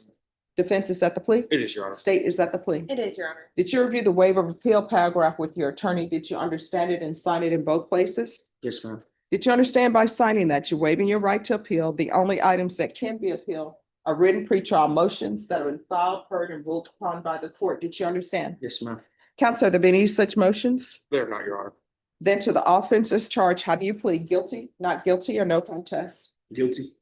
State any evidence? State offer states one in attachments. No objections. I state you may be excused. Did you review the waiver and stipulations with your attorney? Did you understand it and sign it in all the appropriate places? Yes, ma'am. Again, did you understand you have a right to jury trial, a right for you or your attorney to cross-examine and confront any witnesses? The state will call on the right to remain silent. Yes, ma'am. Did you understand that today the state will be presenting evidence in the form of witnesses' statements and police reports? But most importantly, there will be no live testimony. Did you understand? Yes, ma'am. Court will find that defendant has knowingly and voluntarily waived and consented to stipulation of testimony and stipulations.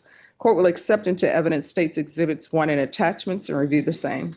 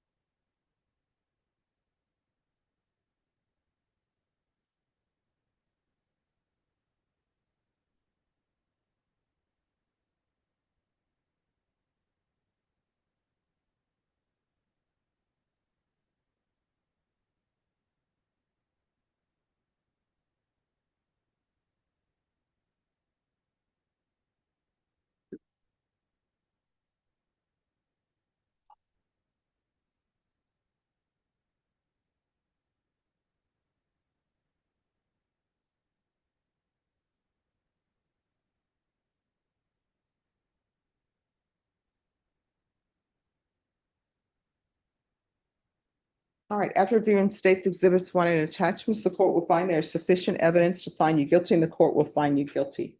If you would like, I can set this for a PSI. It's going to be probably 8 weeks because that's the time frame. Or if you all would like, I can set it sooner and you can have whatever witnesses you would like to bring in to testify. Your Honor, could we take a step back and confirm real quick, Sure. figure out what lead counsel wants to do on that? Sure. You said either 8 weeks or, Or we can come back sooner, but that would mean you would be waiving your PSI and I would make a decision based upon whatever evidence is presented to me. okay, let me take a step back and confirm real quick. Thank you, All right, Judge. thank you.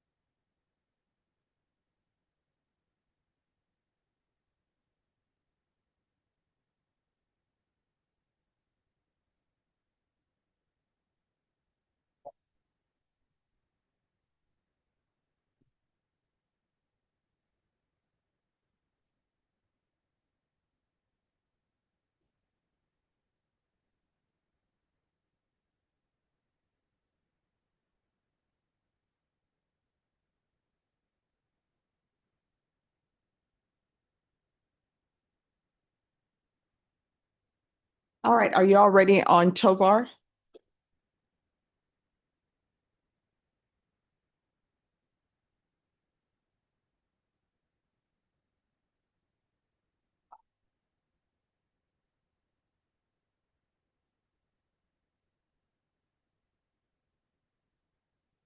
All right, so you filed a motion for a bond. The reason why he doesn't have a bond is because he failed to appear Yes, Your- February 18th. yes, Your Honor, and All right, we'll go on the record. Court is calling 2024 CR 012895 State versus Mario Alberto Tovar. Can I have parties announced? Megan Galloway for the state. Christopher Simpkins for the defense. And are you Mr. Tovar? Yes, ma'am. All right, defense has filed a motion requesting a bond. State, have you had a chance to review that? Yes, Judge. All right, counsel, in your motion, you say he's entitled to a bond and actually he is not if he has previously failed to appear. But Yes. what I'll let you know, I'm keeping an open mind. Yes, Judge, and I believe the reason that he failed to appear is because he was in an inpatient facility, which I did not get the case till January of this year, and I believe he went into the inpatient facility in December. December 12th. All right, do you have documentation of that? He was benched back to Bear County. I'm working on getting the documentation, but he was benched back to Bear County, which the system should reflect that. Okay, let me see what the system reflects.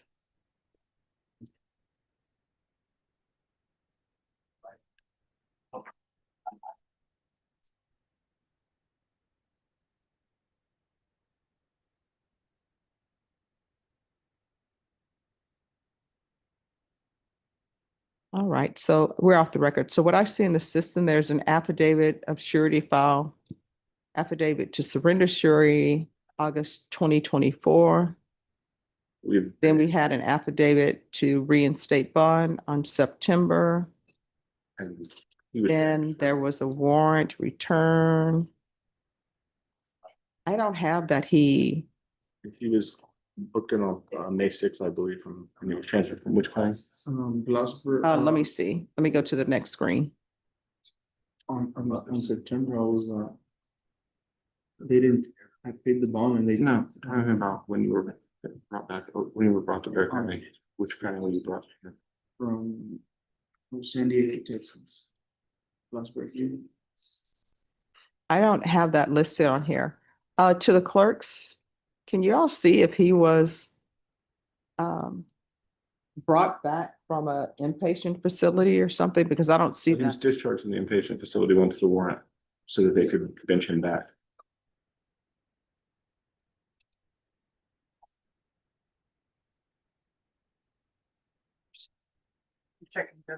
Okay.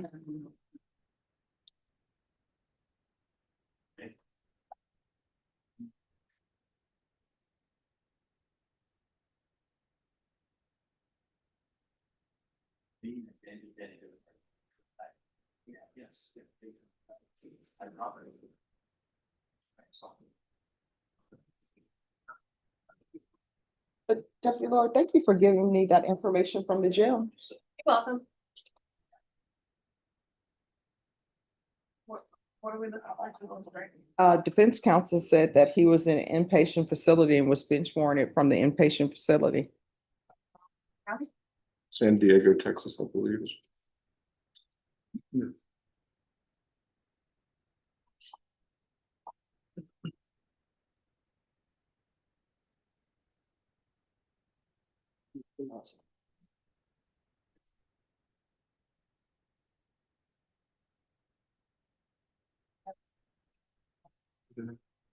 That's, he doesn't. I was in Eagle Pass, they sent me from Eagle Pass to the Glasbury unit, and then from the Glasbury unit, they sent me. But you're saying that you were in an inpatient facility? Yeah, it was a safety. Oh, okay. So he's saying he was sent to safety, That's for, he has a and case, then that from safety, he was brought yeah, here. and he was discharged from safety because of the warrant out of. Okay. Well, that should be easy to find out. I'm just trying to. A lot of the counties and down there have very good. And so what were you on probation for in the other county that you were sent to safety? It was a drug charge. Okay.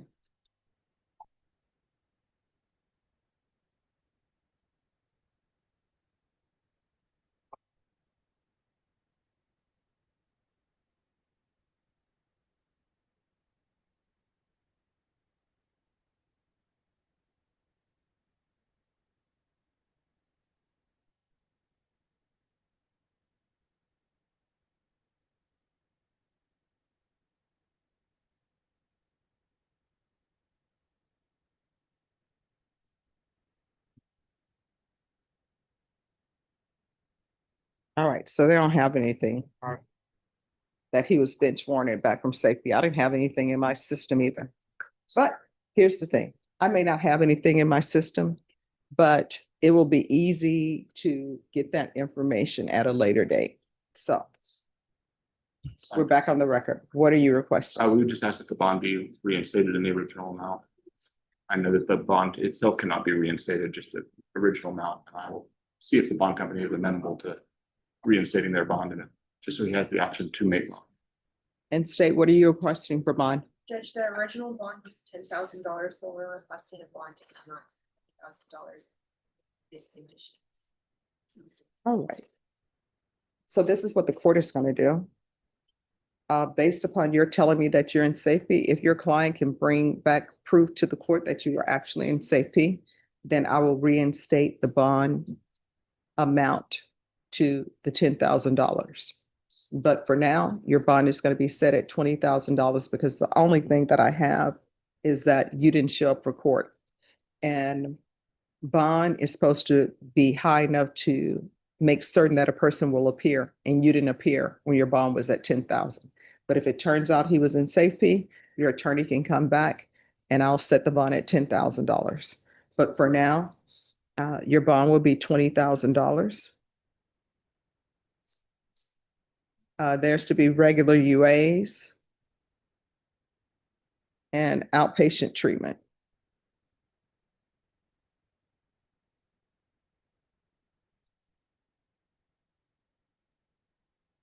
All right, is there anything else? Nothing further, Your Honor, thank you. All right, so Ms. Ferguson, can you make sure that he has his reset form? Yes, ma'am. And I believe he's set July. July 8th, yes. Sure.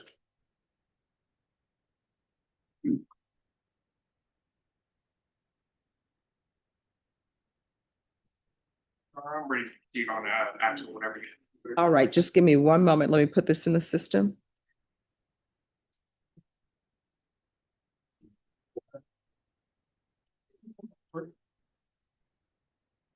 Like, send them through one.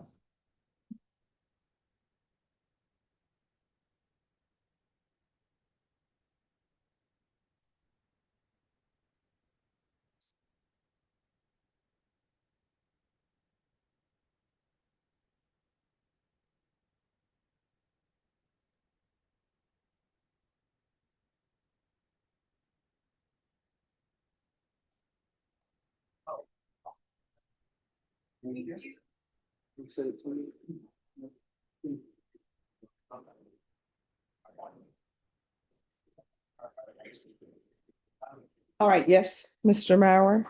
You're gonna request a PSI, Your Honor. All right, I need a PSI date on Ramirez. July 14th. All right, it will be July 14th. July 14th, yes, you'll sign the reset form. So that's gonna be a PSI and a TAP evaluation. And before you leave, speak with probation and they'll let you know what you need to do. Okay, ma'am. Thank you. Okay, you're welcome. Girls PSI and stuff. Yes.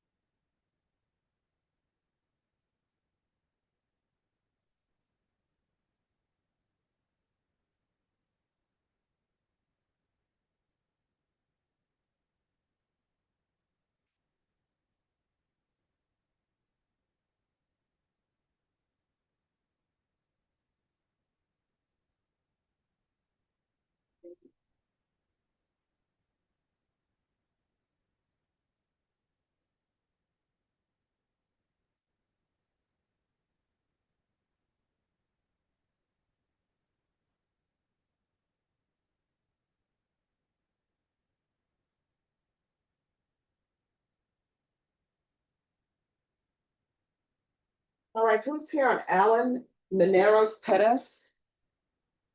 Is this on the docket today? Oh, no, that was just printed out. Okay. Uh, Was this person sentenced? Yes, ma'am. Okay. And he probably knows. All right, thank you.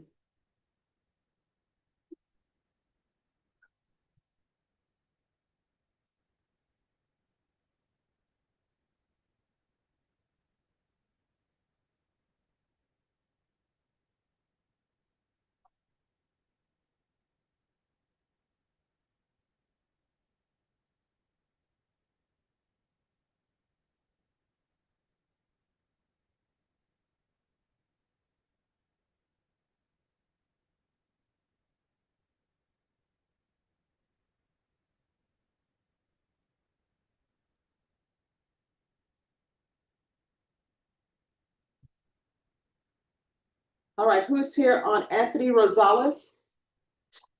I am, Your Honor.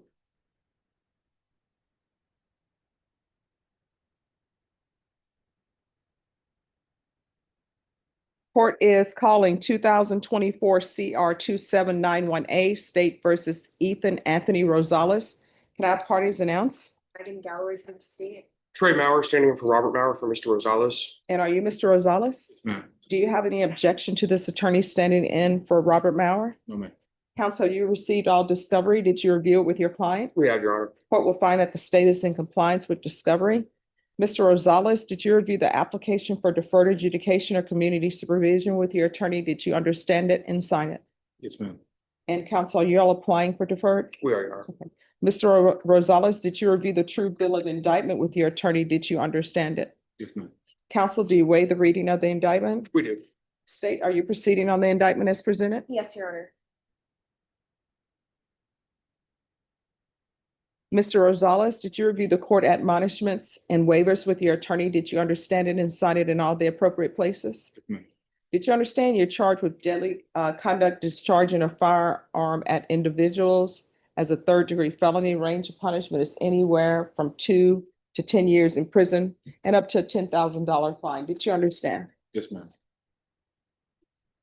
Did you understand you have a right to jury trial, a right for you or your attorney to cross-examine and confront any witnesses the state would call, and the right to remain silent? Yes, ma'am. Just one moment.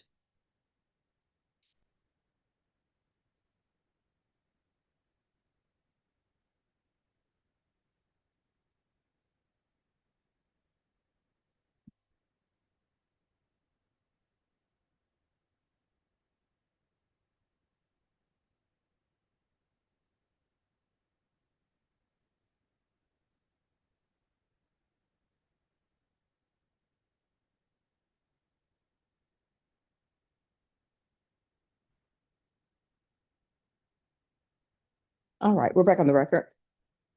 Did you understand that if you have a plea bargain agreement with the state, the court does not have to follow your plea? If for any reason the court does not follow your plea and gives you more than you bargained for, the fact that you enter a plea will not be used against you and you will be allowed to withdraw your plea. Yes, ma'am. Did you understand you have a right to jury trial, a right for you or your attorney to cross-examine and confront any witnesses the state will call, and the right to remain silent? Yes, ma'am. Did you understand by entering this plea, you were giving up those rights? Yes, ma'am. And did you intend to give up those rights and enter into a plea in this case? Yes, ma'am. Did you understand if the court were to grant your application for deferred adjudication, if for any reason your deferred adjudication were revoked, the court could find you guilty and sentence you up to 10 years in the prison and up to $10,000 fine? Yes, ma'am. Counsel, has your client been able to provide you with any defenses? Yes, Do you believe he has a rational as well as a factual understanding of the charges against him? he does. Do you believe he's currently competent and was legally sane at the time of the offense? I believe so, Your Honor. Mr. Rosales, has anyone threatened you, coerced you, or placed you in fear to get you to enter this plea? No, ma'am. Anyone promised you anything other than the plea? No, ma'am. Are you satisfied with the way you've been represented? Yes, ma'am. Are you a U.S. citizen? Yes, ma'am. Court will find that defendant has knowingly and voluntarily waived his right to jury trial. Did you review the plea bargain page with your attorney? Did you understand it? Yes, ma'am. According to the plea, punishment is to be assessed at a cap of 7 years in the prison. There's a $1,500 fine and the state is silent on your application. Did you understand that to be the plea? Yes, ma'am. Defense? It is, Your Honor. State? It is. Did you review the waiver of appeal paragraph with your attorney? Did you understand it and sign it in both places? Ma'am. Did you understand by signing that you're waiving your right to appeal? The only items that can be appealed are written pretrial motions that have been filed, heard, and ruled upon by the court. Did you understand? Yes, ma'am. Counselor, have there been any such motions? There were not, Judge. Then to the offenses charged, how do you plead? Guilty, not guilty, or no contest? Guilty, ma'am. State any evidence. State offer states one in attachments. No objections. All right, state you may be excused. Did you review the waiver and stipulations with your attorney? Did you understand it and sign it in all the appropriate places? Yes, ma'am. Again, did you understand you have a right to jury trial, a right for you or your attorney to cross-examine and confront any witnesses the state would call, and the right to remain silent? Yes, ma'am. Did you understand that today the state will be presenting evidence in the form of witnesses' statements and police reports? But most importantly, there'll be no live testimony. Did you understand? Yes, ma'am. Court will find that defendant has knowingly and voluntarily waived and consented to stipulation of testimony and stipulations. Court will accept into evidence states exhibits 1 and attachments, and the court will review the same.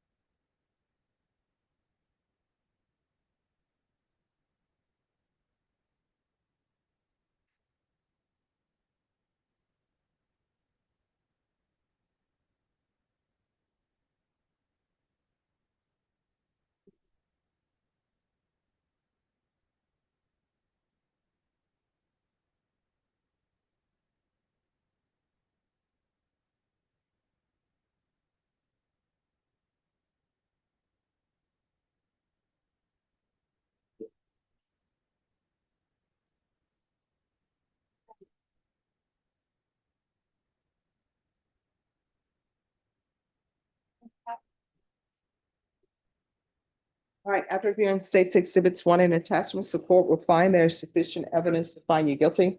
The court will defer finding of guilt as you've applied for deferred adjudication. All right, on this case, same thing. You want PSI? Yes, Your Honor, we do want a PSI and we're gonna request that it be on a Friday. My client's father, who's here today, he works during the week. The only day that he can be here is on Friday, and he's going to be a witness for us at the sentencing. He can zoom in as a witness. Your Honor, I believe he say he works in the oil field, is that correct? So I don't think that he's able to Zoom while he's out there. All right, well, we can try it and see if Zoom work. If it doesn't work, then we'll figure something else out. Okay, Normally, Fridays are scheduled for weird trial. okay. I just want to make sure, Your Honor, that if we show up and he's not able to Zoom in, that he will be given an opportunity to reschedule so we can try to get him here for the Yes. sentencing. Okay. All right, so do you want to set this on the same date as the other? That works for now, Your Honor. All right, Ms. Ferguson, if you'll put this then on July 14th. All right. Once you sign the reset form and speak to the probation, you can leave. All right, have a good day. Thank you. Your for Honor. addressing the Have public. a good weekend. Is it too. a PSI? Yes. July 14th.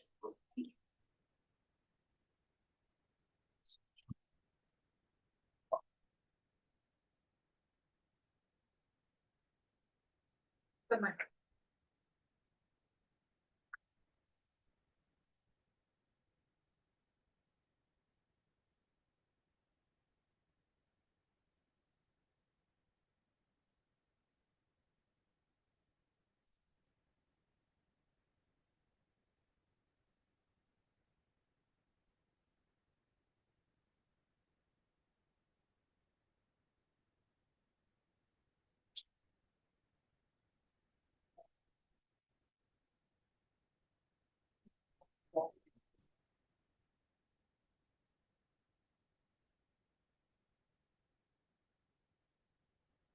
All right. They are working on Richardson. Norma, can you contact Adam LaHood? Yeah, coming from juvenile judge. Maybe he'll be here soon. Okay.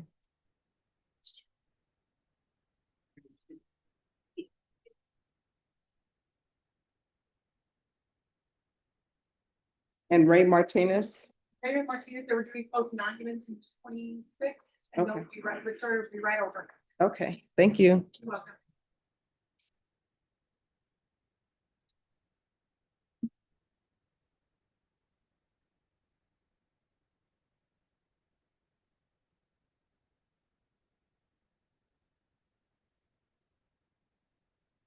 And could I see the file on El Gadrab, please?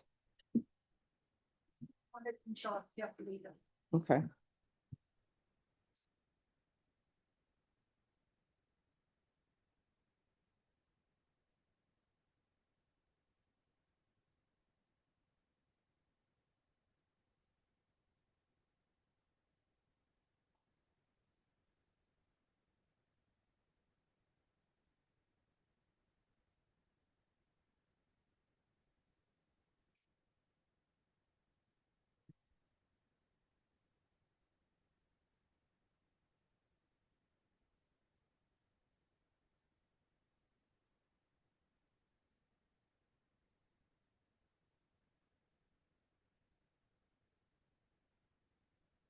Do you know if Mr. Porter has made it back? He's right here. Oh, okay.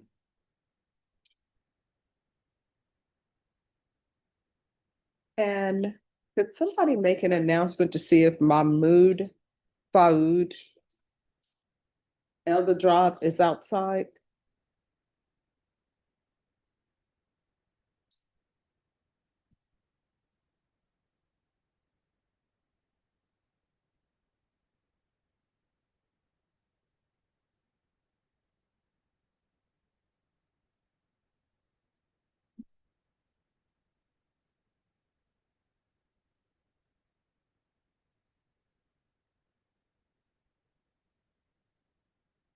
No? All right, here's that one.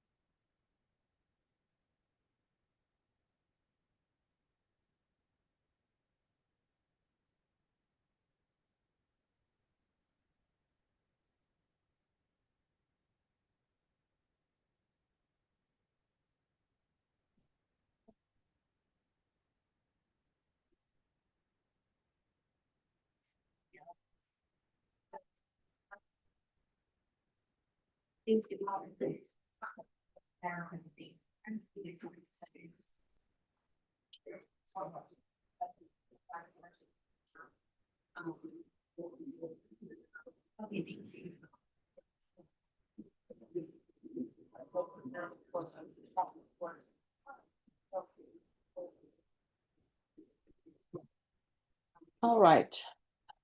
Everyone, just give me 5 minutes.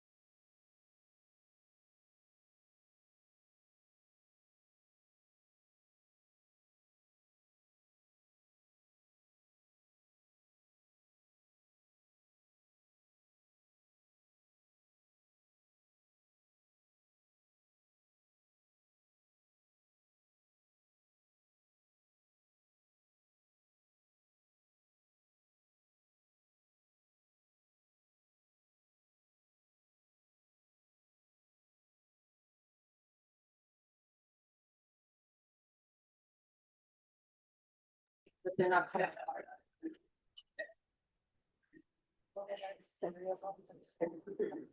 All right, Mullenax. Oh. Oh, I'm just waiting for your attorney to approach. It's been since March, last. They have a box of them love it. Oh, yeah? And then they'll sell the prior boxes for the month. Mhm. It just comes with the, Okay. like, All right, I'm gonna do that because I'm telling you, Cincy's Johnny Appleseed. Yeah. That is awesome. let me know if you got it. So. Okay. Thank you. Did it say, does it say what the last bond amount was? I know we're asking for 2,000, but. We're just checking.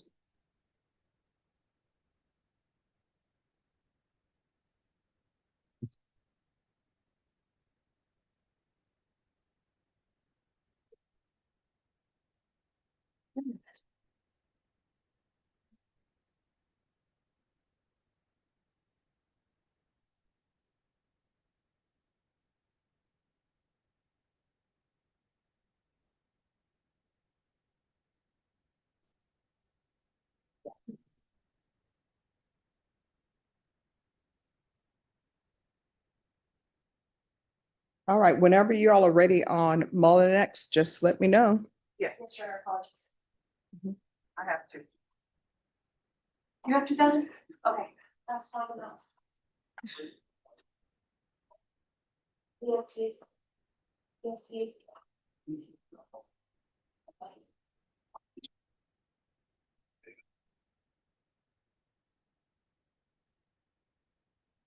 Hi. Good morning, Your Honor. All right, Mr. Mullenax. Wait. Can you get up? Yes. Not, yes. Can you get up to walk over here? Okay.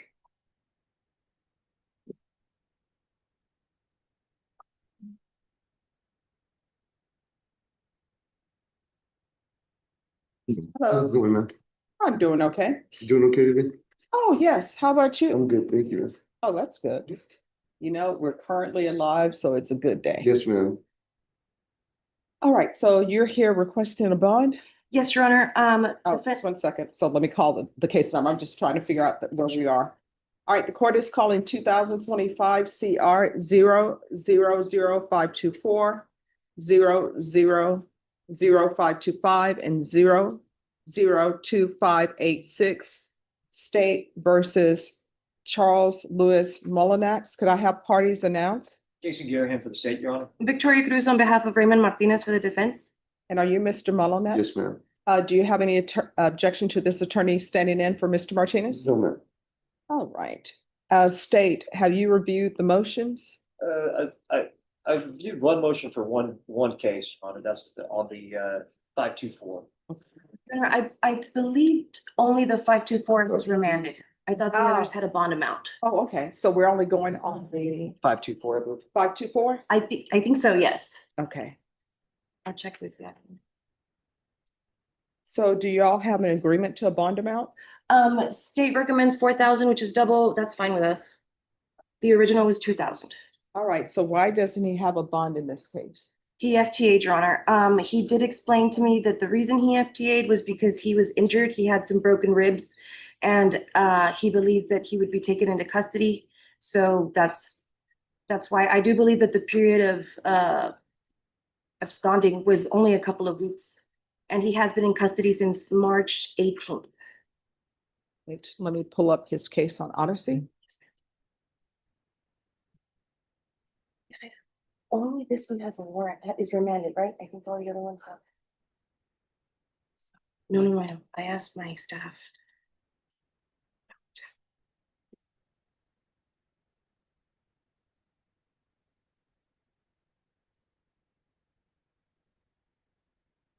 All right. So in this case, there was an affidavit to surrender surety on February 11th.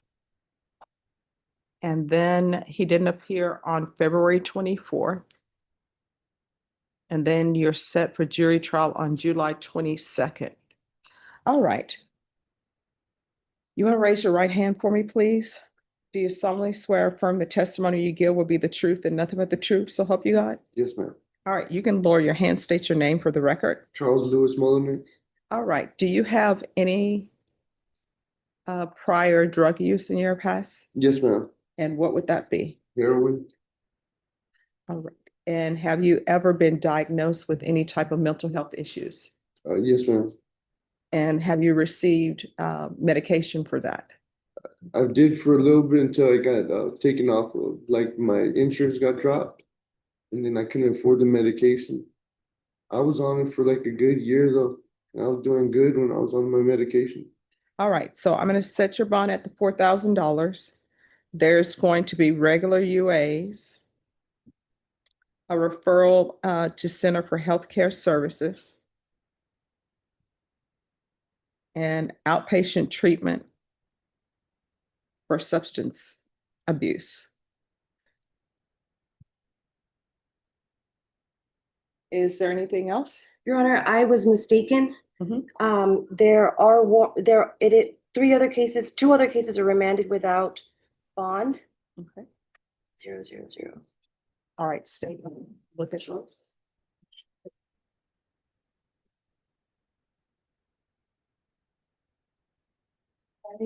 Sorry. This is my fault. So 586 is at was that 5,000? So you want double, which is fine. And then we did, trying to redo right now, 54. 525 is also remanded. Last amount was 2,000 on that one. We got Is that it? So, yeah, so, I'll say that. It's a 52. I'll say time. Yes, that's fine. And that should be it. Judge, but you're on this though, so. Okay. All right, so then, and the cause number ending in 25, do you all have an agreement? We do, Your Honor. And what would be the agreement in that cause number? I believe that's a $5,000 agreement, Your Honor. Okay. So in that bond, I will do the $5,000 and Mr. Mullenax, Yes, ma'am. I'm gonna give you the same condition as I did in the previous bond. Don't worry, you don't have to do it twice. It's just so that they can Yes, ma'am. mirror each other, all right? Yes, ma'am. Yes, ma'am.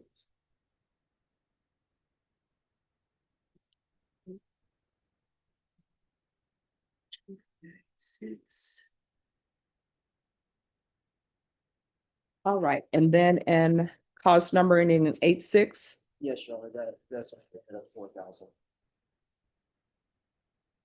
all right, Ms. Ferguson, if you'll make sure that he has a reset form for his July 22nd trial date. Yes, sir. All right, is there anything else from either side? No, Your Honor. Then in that last cause number, Cindy, it's gonna be a bond of $4,000 in 2025 CR 002586. A bond of $5,000 in 2025 CR 000525. And a bond of $4,000 in 2025 CR 000524. Sorry. 2586 is the one that has $5,000 bond originally, All right, and the other two were at 2,000. all right, well, this is what they've agreed to, so I'll go with what they've agreed to. But thank you. And in each cause number, it's gonna be regular UAs, a referral to Center for Healthcare Services, and outpatient treatment for substance abuse. Yes, ma'am. Is there anything else, sir, that you need to be successful on bond?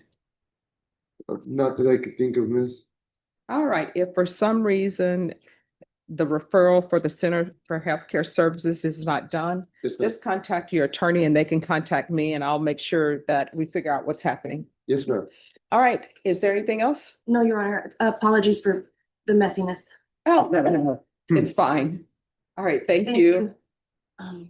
Waddle over here for a minute. I hear you guys finished with your closing arguments. You're welcome. Yes, we just did. Okay.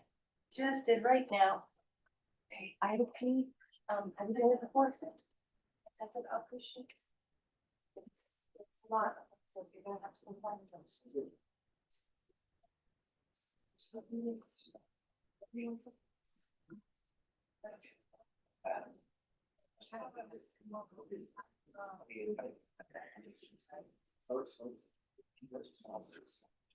All right, are you all ready on Cody Davis? Yes, sir. Want me to read them? Yes. Yes.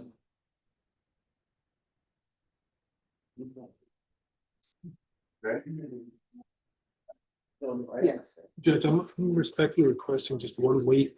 I could get the evidence down this weekend and go over it with them on Monday. And then we can decide what. All right, State, are you keeping the offer open for the 1 week? Sorry.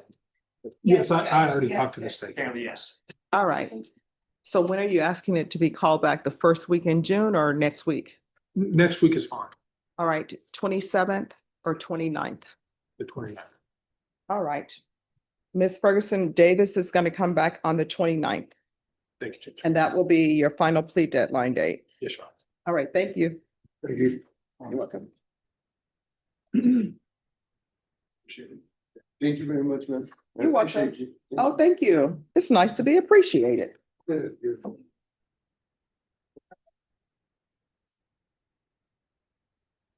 It was like a whole motion, like you withdraw. Yes. That's what it. And I grant it.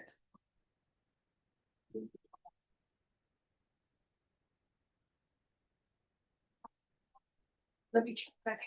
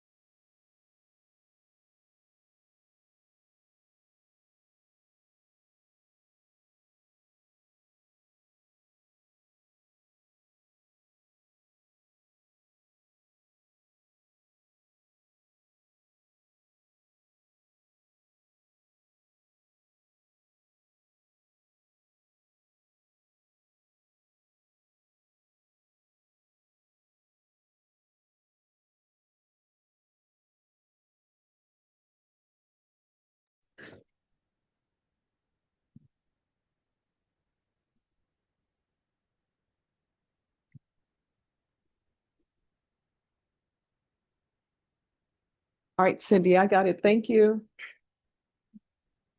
All right, thank you.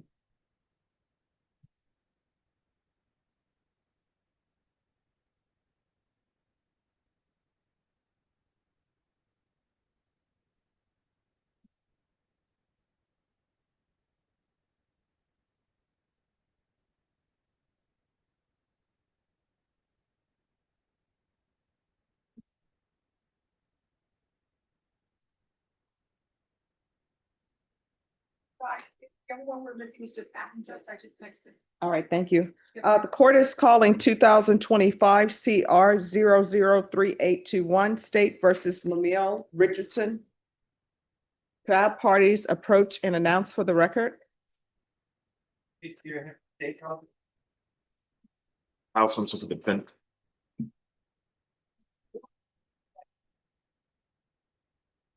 And are you Mr. Richardson? Counsel, have you received all discovery? Did you review it with your client? I have. Court will find that the state is in compliance with discovery. Mr. Richardson, did you review the true bill of indictment with your attorney? Did you understand it? Yes, Your Honor. Counsel, do you waive the reading of the indictment? Do. Sir, how do you pronounce your first name? Lemuel, as in like Samuel, but like Lemuel. Lemuel. My mother has a hard time saying it too. All right. Hi. As does his attorney. Okay. I'm named after my father. Okay. Yes, ma'am. No, I always think that names are very important. Did you review the court admonishments? I'm sorry, State, are you proceeding on the indictment as presented? No, Your Honor, we're waiving the enhancement paragraph and proceed on just the state jail. Any No objections? Did you review the court admonishments with your attorney? Did you understand it and sign it in all the appropriate places? Yes, Your Honor. Did you understand you're charged with evading arrest detention with prior conviction as a state jail felony? Range of punishment is anywhere from 180 days up to 2 years in the state jail facility and up to $10,000 fine. If you have a plea bargain agreement with the state, the court does not have to follow your plea. If for any reason the court does not follow your plea and gives you more than you bargained for, the fact that you entered a plea will not be used against you and you will be allowed to withdraw your plea. Did you understand? Yes, Your Honor. You have a right to jury trial, a right for you or your attorney to cross-examine and confront any witnesses the state would call, and the right to remain silent. Did you understand by entering this plea, you were giving up those rights? Yes, Your Honor. And did you intend to give up those rights and enter into a plea in this case? Yes, Your Honor. Counsel, has your client been able to provide you with any defenses? Yes, Do you believe he has a rational as well as a factual understanding of the charges against him? I do. Do you believe he's currently competent and was legally sane at the time of the offense? I do. Mr. Richardson, has anyone threatened you, coerced you, or placed you in fear to get you to enter this plea? No, Anyone promised you anything other than the plea? no. Are you satisfied with the way you've been represented? Yes, Are you a U.S. citizen? yes, ma'am. Court will find that defendant has knowingly and voluntarily waived his right to jury trial. Did you review the plea bargain page with your attorney? Did you understand it? Yes, According to the plea, punishment is to be assessed at 180 days in the state jail facility, and there are no applications. Did you understand that to be the plea? yes. Defense? Yes, State? It is, Your Honor. Did you review the waiver of appeal paragraph with your attorney? Did you understand it and sign it in both places? yes, Did you understand by signing that you're waiving your right to appeal? The only items that can be appealed are written pretrial motions that have been filed, heard, and ruled upon by the court. Did you understand? yes, Your Honor. Counsel, are there any such motions? No. Then to the offenses charged, how do you plead? Guilty, not guilty, or no contest? No contest. I'm sorry? No contest. State, any evidence? Yes, Your Honor. State exhibit number 1 with all this attachment. All right, state, you may be excused. Thank you. Without objection. Did you review the waiver and stipulations with your attorney? Did you understand it and sign it in all the appropriate places? Yes, I did. Again, did you understand you have a right to jury trial, a right for you or your attorney to cross-examine and confront any witnesses the state will call, and the right to remain silent? Yes, Your Honor. Did you understand that today the state will be presenting evidence in the form of witnesses' statements and police reports, but most importantly, there'll be no live testimony? Did you understand? Yes, Your Honor. Court will find that defendant has knowingly and voluntarily waived and consented to stipulation of testimony and stipulations. Court will accept into evidence state's exhibits 1 and attachments, and the court will review the same.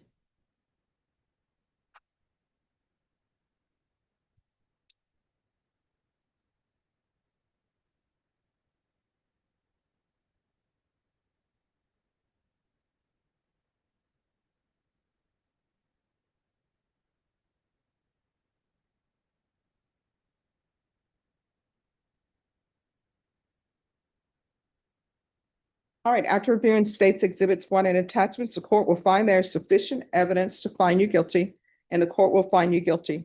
Are you proceeding with sentencing? Yes, Your Honor. Anything you wish to say on behalf of your client? We'd ask that you follow the plea bargain agreement. All right, the court will sentence you to 180 days in the state jail facility, give you credit for any time served, and the court will suggest the therapeutic community. Did you review the document entitled Trial Court Certification of Defendant's Rights to Appeal with your attorney? Did you understand it and sign it? Yes, sir. All right, because this is plea bargain agreement, because I followed your plea bargain agreement, and because you waived your right to appeal, you do not have the court's permission to appeal. Because this is a felony conviction, you're not allowed to own or possess any weapons or ammunition. If you have a question over what a weapon or ammunition is, you'll need to speak to an attorney. You understand? Yes, sir. All right, we can go off the record. How old are you? I had one other thing, Judge. if I could. Yes. I'd ask the board to consider awarding the diligent participation credit. Oh, if he completes something, then I'll consider it. Thank you. I'm 42, I'll be 43. You know, I understand that I've been at this point at just in my age that I've been a criminal. But or at this time, I mean, I was dealing with something with my mother. She's an addict. She needs help, and she's here today.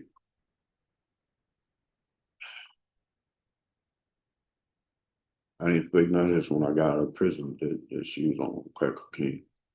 And the reason why I was on the east side is for her not to be over there. But no, here's the thing. When you were caught, you had a meth pipe as well. What? So that's what I read in the police report. So here's the thing. If your mother suffers from drug addiction, there's a place that I can pick up the phone right now to get her help if she wants it. But at some point in time, how old is your mom? She's 62.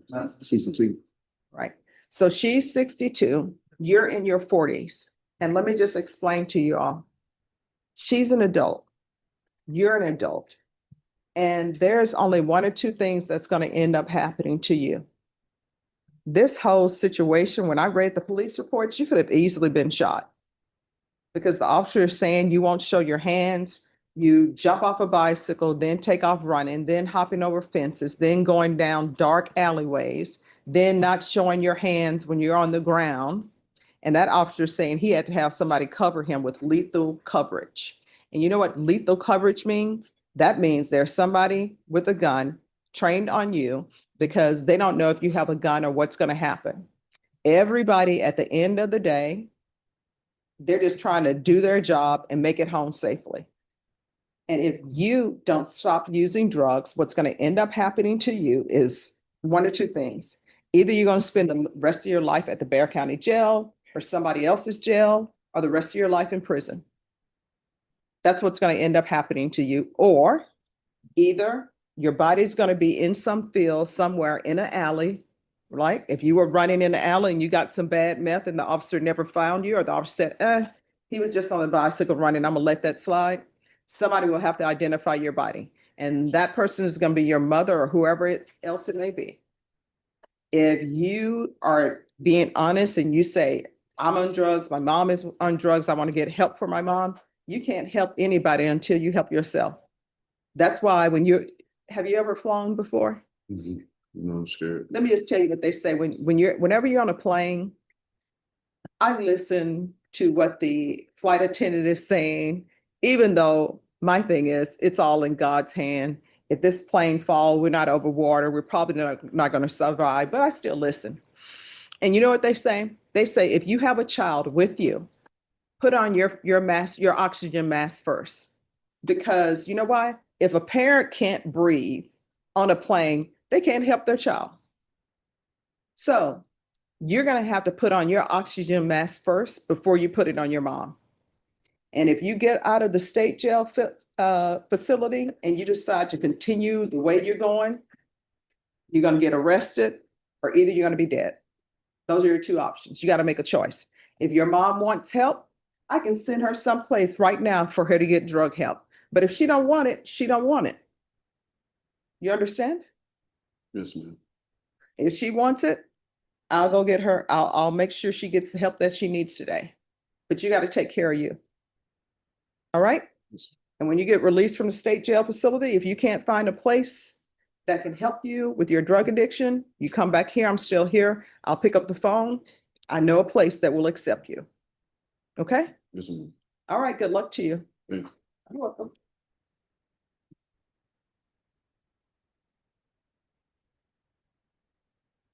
Miss Richardson, defense counsel, if you want to ask her if she has a drug problem and she wants help, I'll pick up the phone, call somebody, they'll help her. If she's saying she doesn't have a drug problem, then she doesn't have one.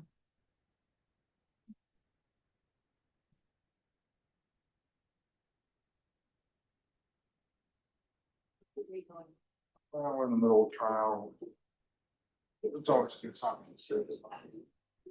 Oh, yeah, I'm just gonna give Judge this warrant because the attorney's not here. All right, thank you so much for checking on that, though. I appreciate it. All right, let me see, who's ready? Judge, I can't even see you with my monitor. I know, and you know what? From here sometimes. And you know what? And the monitor doesn't even work. I don't know. They say they can't take it down and they can't remove it.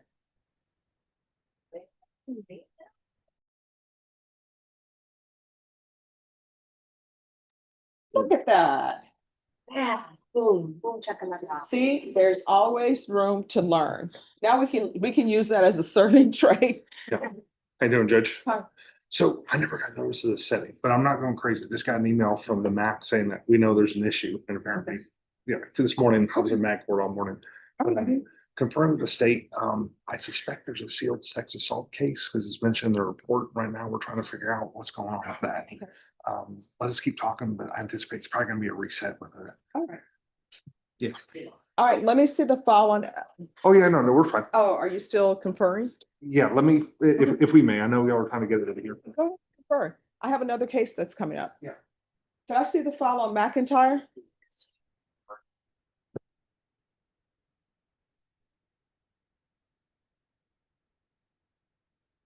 No, we're good.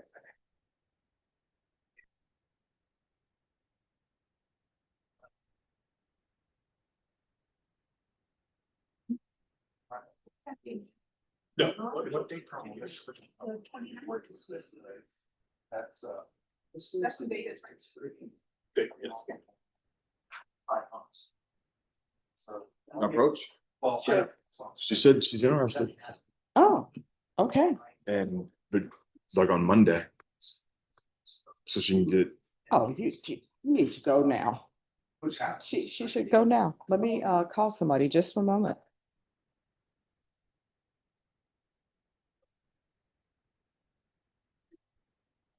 Yeah, no, If she goes over there right now, they'll get a place for her. Just 1 second.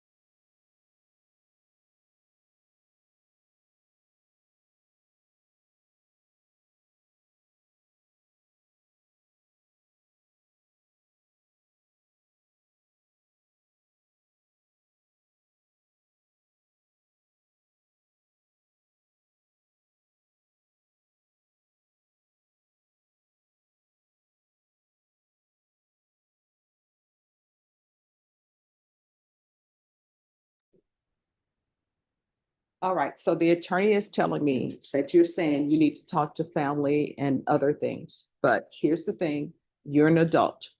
I can get you treatment today. If you go to where I'm sending you today, they will help you. So it's completely up to you. So this is what's gonna happen. Bianca is gonna give you the address of where it's located. You go over there. What is your name?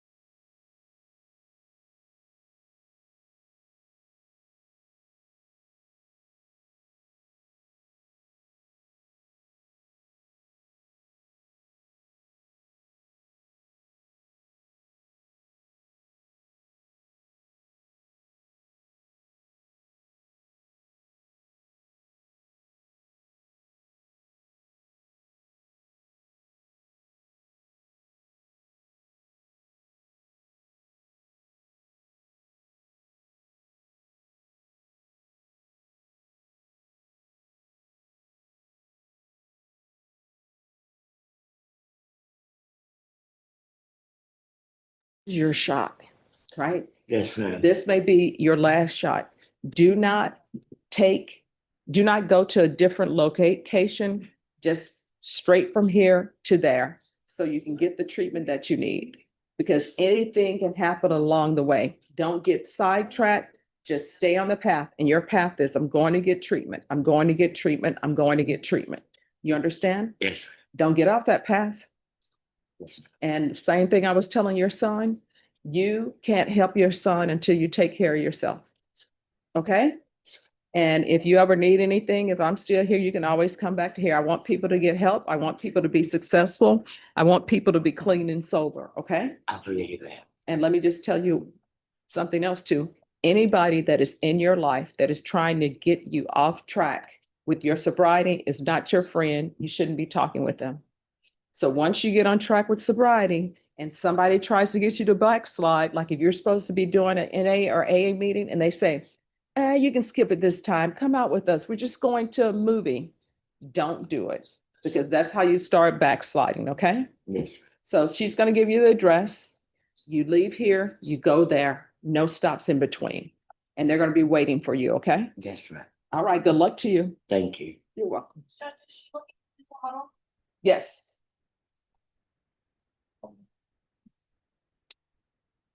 All right, are you all ready on Tamar McIntyre? Yes, sir. All right.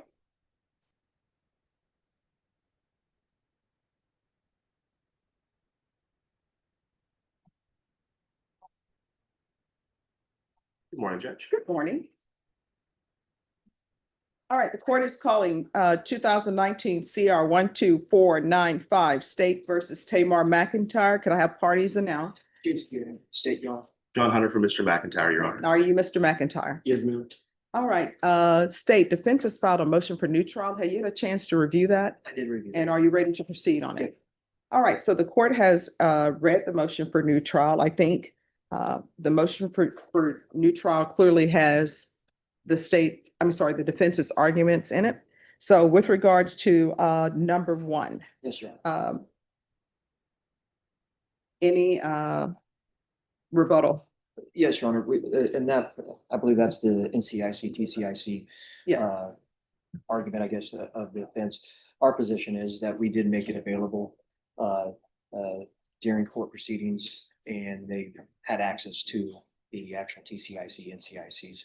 And through our understanding of the policy is that we can't allow them to duplicate or keep or make copies of, and that's by, I believe, state orders on that. So that's our position on that front. All right.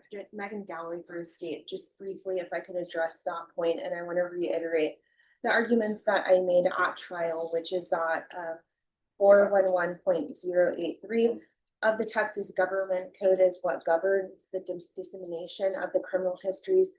They were provided to Mr. Hunter and not stipulated to in the motion. He states that the state did provide him those. And so that is our position. It would have been a violation of law to allow him to keep them or to reproduce. All right, and then defense, because it's your motion for new trial, I'll give you the final response with regards to the state's answer to defense's number one. Yes, Your Honor, and forgive me, I did not prepare to proceed today. I came to court because the law requires me to show you the motion within 10 days. Yes. And so I haven't, I wasn't anticipating actually discussing the merits of it today, but if the court wishes us to proceed with that, I mean, our position with respect to the NCIC argument is fairly simple. We cited you case law, which the courts have addressed this subject matter before and have recognized that it is covered by the Michael Morton Act and that it would be required to be produced. As a practical matter. Well, you're saying produced, but the state is saying that they did produce it. They just didn't allow you to copy it or leave with it. It was given to us on the first day of the trial. And in the process of trying to make use of it and note it down, we got into an argument about whether or not we'd be able to photocopy it, which we immediately brought to the court's attention. We had an argument in which the court concluded that we were not entitled to copies of it, which we does the law say? Does the law say that you are allowed to make copies? I believe that that is what those cases that we have cited for stands for that proposition, that it is producible under the Michael Morton Act in all ways that other discovery is producible. The state's contention that there is a statute that privileges it from disclosure, I think is being misinterpreted. Okay, they're not saying, and correct me if I'm wrong, they're not saying that it doesn't prohibit them from disclosure. They're saying, yes, we do disclose it to you, but you're not allowed to copy it or leave the courtroom with it. Am I misinterpreting what's being said? That is their argument. Yes. All right, so we just disagree with that position. I don't think the law supports it. And we also would maintain, as we maintained at the trial, that as a consequence of, well, let me rephrase that. To the extent that there is any countervailing or overarching privilege that would run afoul of the case law that we've cited, Your Honor, about its discoverability, or that would limit our ability to use it from how we would otherwise be entitled to use discovery.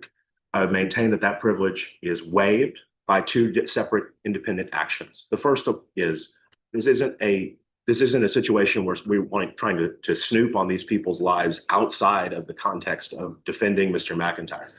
He is indicted. The state made that decision.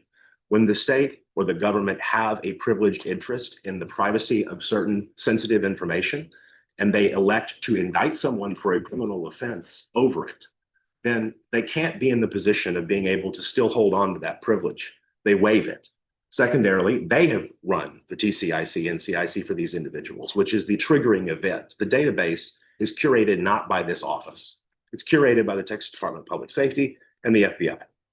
They query that database. They are only allowed to query that database if they have a good faith reason to do so in the execution of their duties and responsibilities as members of the district attorney's office.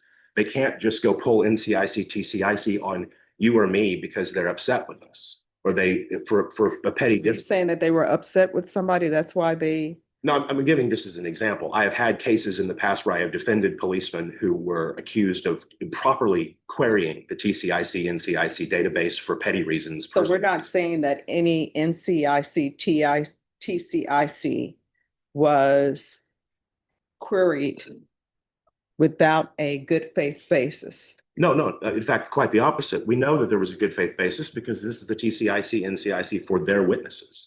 And Brady versus Maryland, and every case that has come since it says that they have to give me that information. That Okay, is a so requirement. then the main argument, and so let's stick with what the argument is. And if I'm wrong in interpreting what's being said by both parties, the argument is not that you received the information. Your sole basis is that you should have been allowed to photograph or reproduce or take the item, the NCIC, TCIC with you. Is that your, We wanted to be able to use it in every single way that you can use. no, the my paper. question, I'm trying to get to specifics. The specific is, The well, specific, let me start with this. Number one, was the NCIC, TCIC provided to you? Yes or no? it was handed to me and I had about 10 minutes with it before we had to turn it back over. Okay, so now with regards to it being handed to you, then it was handed to you.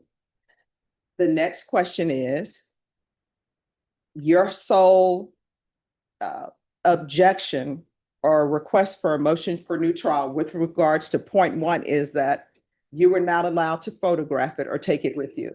Am I correct in that? The contention is twofold. The first problem is that we were not allowed to photograph it, take it with us, duplicate it in any way. We had to turn it back over. And as we explain in our second argument, that became an acutely problematic issue because we were unable to make use of that information to respond to the state's argument that for authenticity reasons, we were not entitled to offer Joanna Reyes's prior judgment of conviction at sentencing. All right, so let's start with this point. First point, state, when was the NCIC, TCIC given to defense? Prior to jury selection, Your Honor. And the prior to jury selection, was this the NCIC, TCIC that was given to the defense prior to the jury selection? Do you remember which witnesses those would have been? It was for all witnesses listed in the discovery. So would that all also have included Joanna Reyes? That's correct, Your Honor. So you're saying that was given prior to jury selection? It was, Your Honor. All right. So it's the court's understanding that for purposes of cross-examination, NCIC, TCIC are considered timely if they're given before cross-examination. But my understanding is that the state gave it to you prior to jury selection. So the first question is, were the NCICs, TCIC given to the defense prior to jury selection? A stack of paper was handed to me. No, my question is. I want to make sure the record is clear. I want because the record to first be question clear is too. not accurate. I mean, I want to know, they're saying that they gave the NCIC, TCIC of all witnesses to you before jury selection. And it seems your main complaint in here is regarding Joanna Reyes.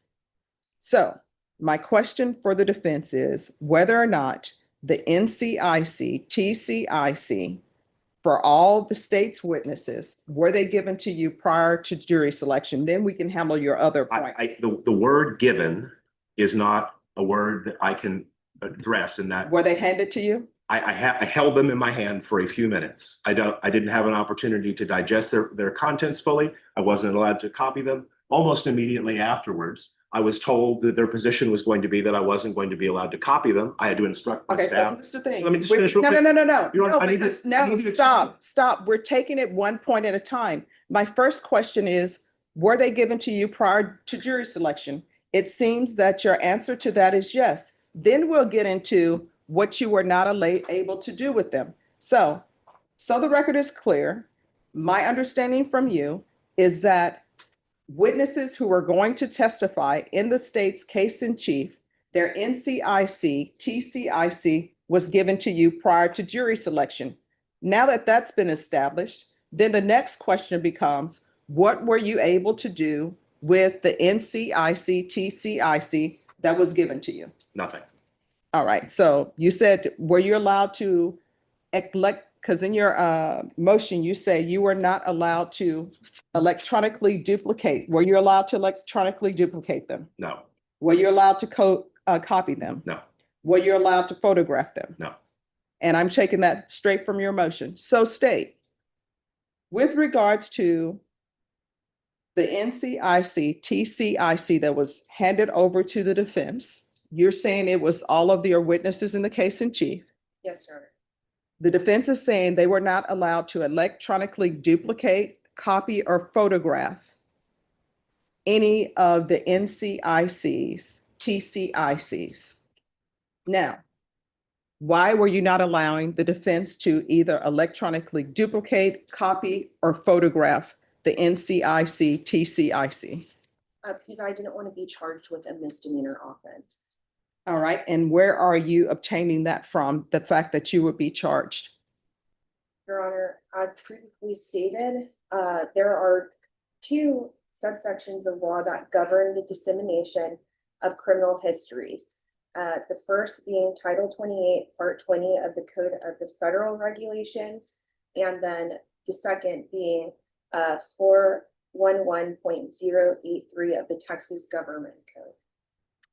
All right, so the state is saying that they could not allow you to electronically duplicate, copy, or photograph based upon Title 28 of the Federal Code and also Chapter 4 of the Government Code. What is your response? Several things. First, we do not believe that those provisions prohibit a defense lawyer from taking possession of the criminal histories for the purposes of defending a man at trial. That is not the purpose of those laws. That is our position. Secondly. All right, let me just stop you for a moment. When you say taking possession of it, what do you mean by it doesn't prohibit you from taking possession? What is your definition of taking possession of the NCIC, TCIC, as you see it? A lawyer should be able to keep the paper with him for the course of the trial so that it can be read, it can be understood, and it can be researched further. And none of those things were able to be accomplished. I was unable to finish reading the histories. I was unable to digest their contents or understand them or make any meaningful use of them. I was unable to copy them so that I could do that when we weren't in court at recess at any point.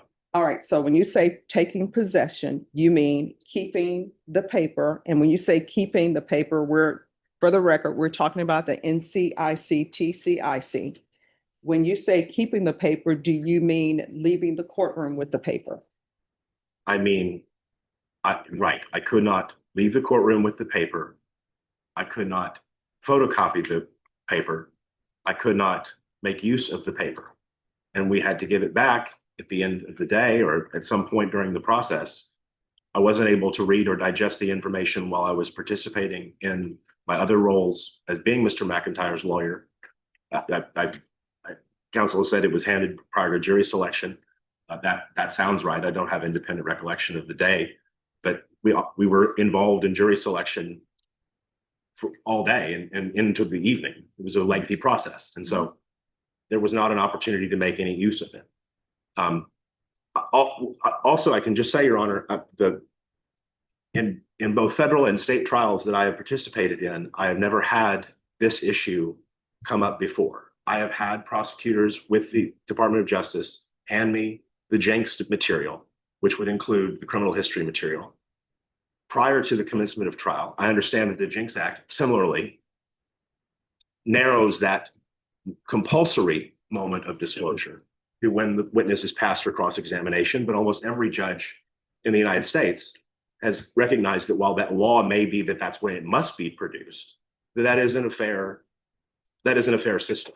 It doesn't provide for meaningful cross-examination. Okay, then somebody needs to change the law. And counsel, I'm sure as you're aware, sometimes people do things that are inappropriate legally, but they do them and nobody ends up saying anything. Nobody ends up charging anybody within anything. But in this court, I'm just here, Mr. McIntyre, to listen to arguments and follow the law.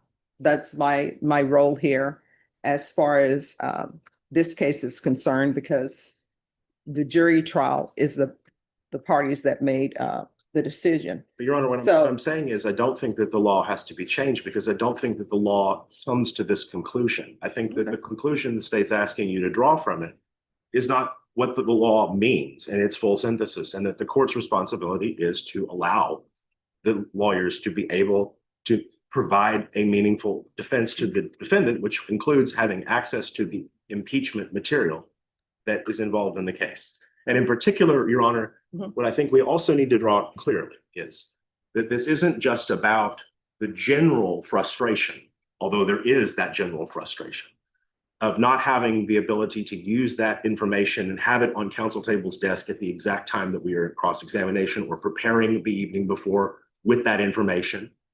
those things all occurred. And so there is a global harm there. But the specific and acute harm, and the reason why a new trial should be granted in this case, is because, as ground two establishes, we have a situation here where the prosecution has misrepresented the criminal history of its most important witness and did nothing to correct that record, even though the very documents we are talking about here, the TCIC, NCIC records, are the proof that it was a misrepresentation. And so that's what really ties this thing together, is that the TCIC, NCIC is being used as both a shield and a sword against the defense. And that's not its purpose. That's the bigger overarching issue here. And certainly with respect to both constitutional law, as it pertains to what due process of law for a criminal defendant means, and in terms of the full synthesis of why these laws exist and what their purpose is and how those things are supposed to operate, it simply is not the case that the court could not authorize the defense to have access to that information during the proceedings. And we were amenable then, we told the court we were amenable then, that we would have taken it under protective order. But that option was not explored. All right, so with regards to the defense request for a motion for new trial under point 1, that will be denied. Point 2, misstatements of the prosecution in closing argument. What misstatements? The the state in closing argument told the jury that Joanna Reyes should be credited with belief because she had abided by the conditions of her bail on her tampering case, on her capital murder case, and had not done anything illegal, had not broken the law. And we quote the argument verbatim in the motion. We approached and explained that's just simply not true. Joanna Reyes, after she was charged in Mr. McIntyre's case, and after she entered her plea of guilty to tampering with evidence, and after her sentencing was held at abeyance and postponed pending the outcome of Mr. McIntyre's trial, she went out and obtained criminal conviction for the felony offense of credit card and debit card abuse. She was also arrested and charged with unlawful carry of a weapon. That case was dismissed because she pled to a different offense.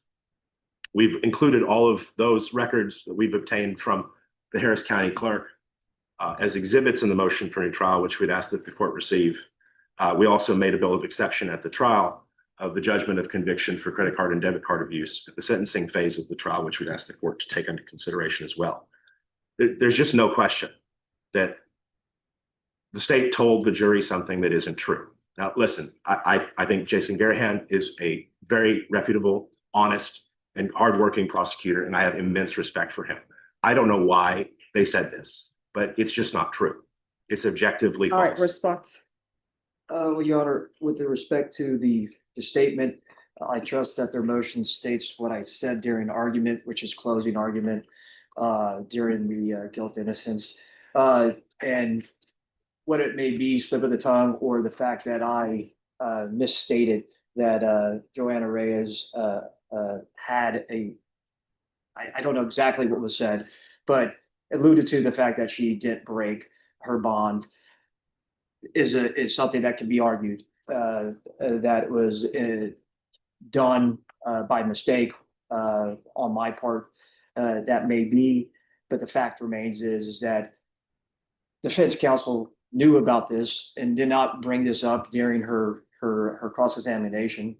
And the fact is that the jury is well aware of her credibility or credibility issues, if you may, of her being a co-defendant to a capital murder and of her testimony that she gave during the portion of guilt innocence. And touching on the subject of the prior judgment, defense had every opportunity to recall Joanna Reyes onto the stand during punishment, which they chose not to do. And, if they consider it our duty or their duty, the fact is that their client was the one that was facing 5 to 99 years of life, and they could have called back Joanna Reyes and questioned her on the subject, and they chose not to. That fact does remain there, Judge. So that's the state's position on it. Judge, I have just one more thing. Closing arguments are just that, arguments. They're not evidence. And the jury was instructed about that multiple times. And so that would just be another argument regarding that. All right, with regards to point two, the motion for new trial will be denied with regards to point two. All right, thank you. May I be excused, Your Honor? Yes. I guess, well, we don't need the other, I'll be filing an amended notice of appeal to include the denial of the motion for retrial. Sure.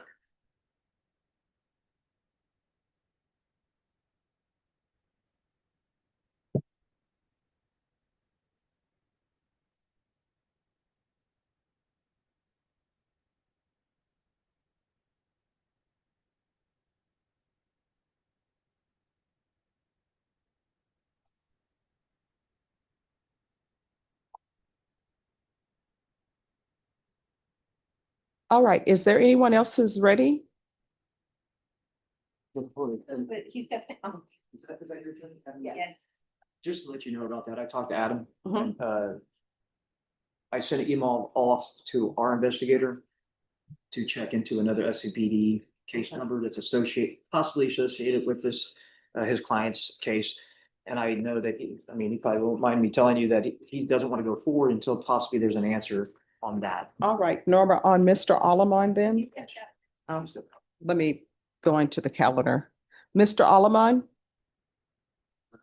I know I'm mispronouncing your name. I am so sorry.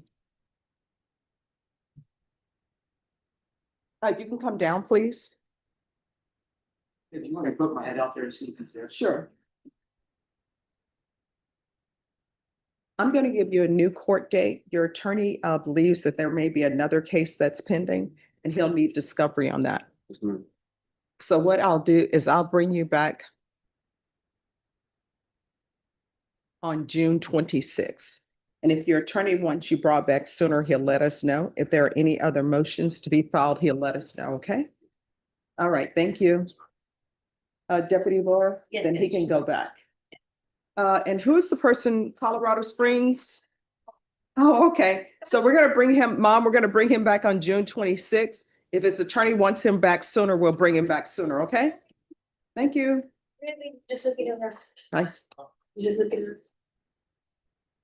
We go around the corner. All righty, so our intern who was in here, the one who gave me the Christmas plant that is still surviving and thriving. She just finished her first year at St. Mary's. Yes, and she said, I've been selected to be on the international moot court team in mock trial. And she's gonna be on the clinic. So I'm like, yay. So pretty soon she'll be joining us.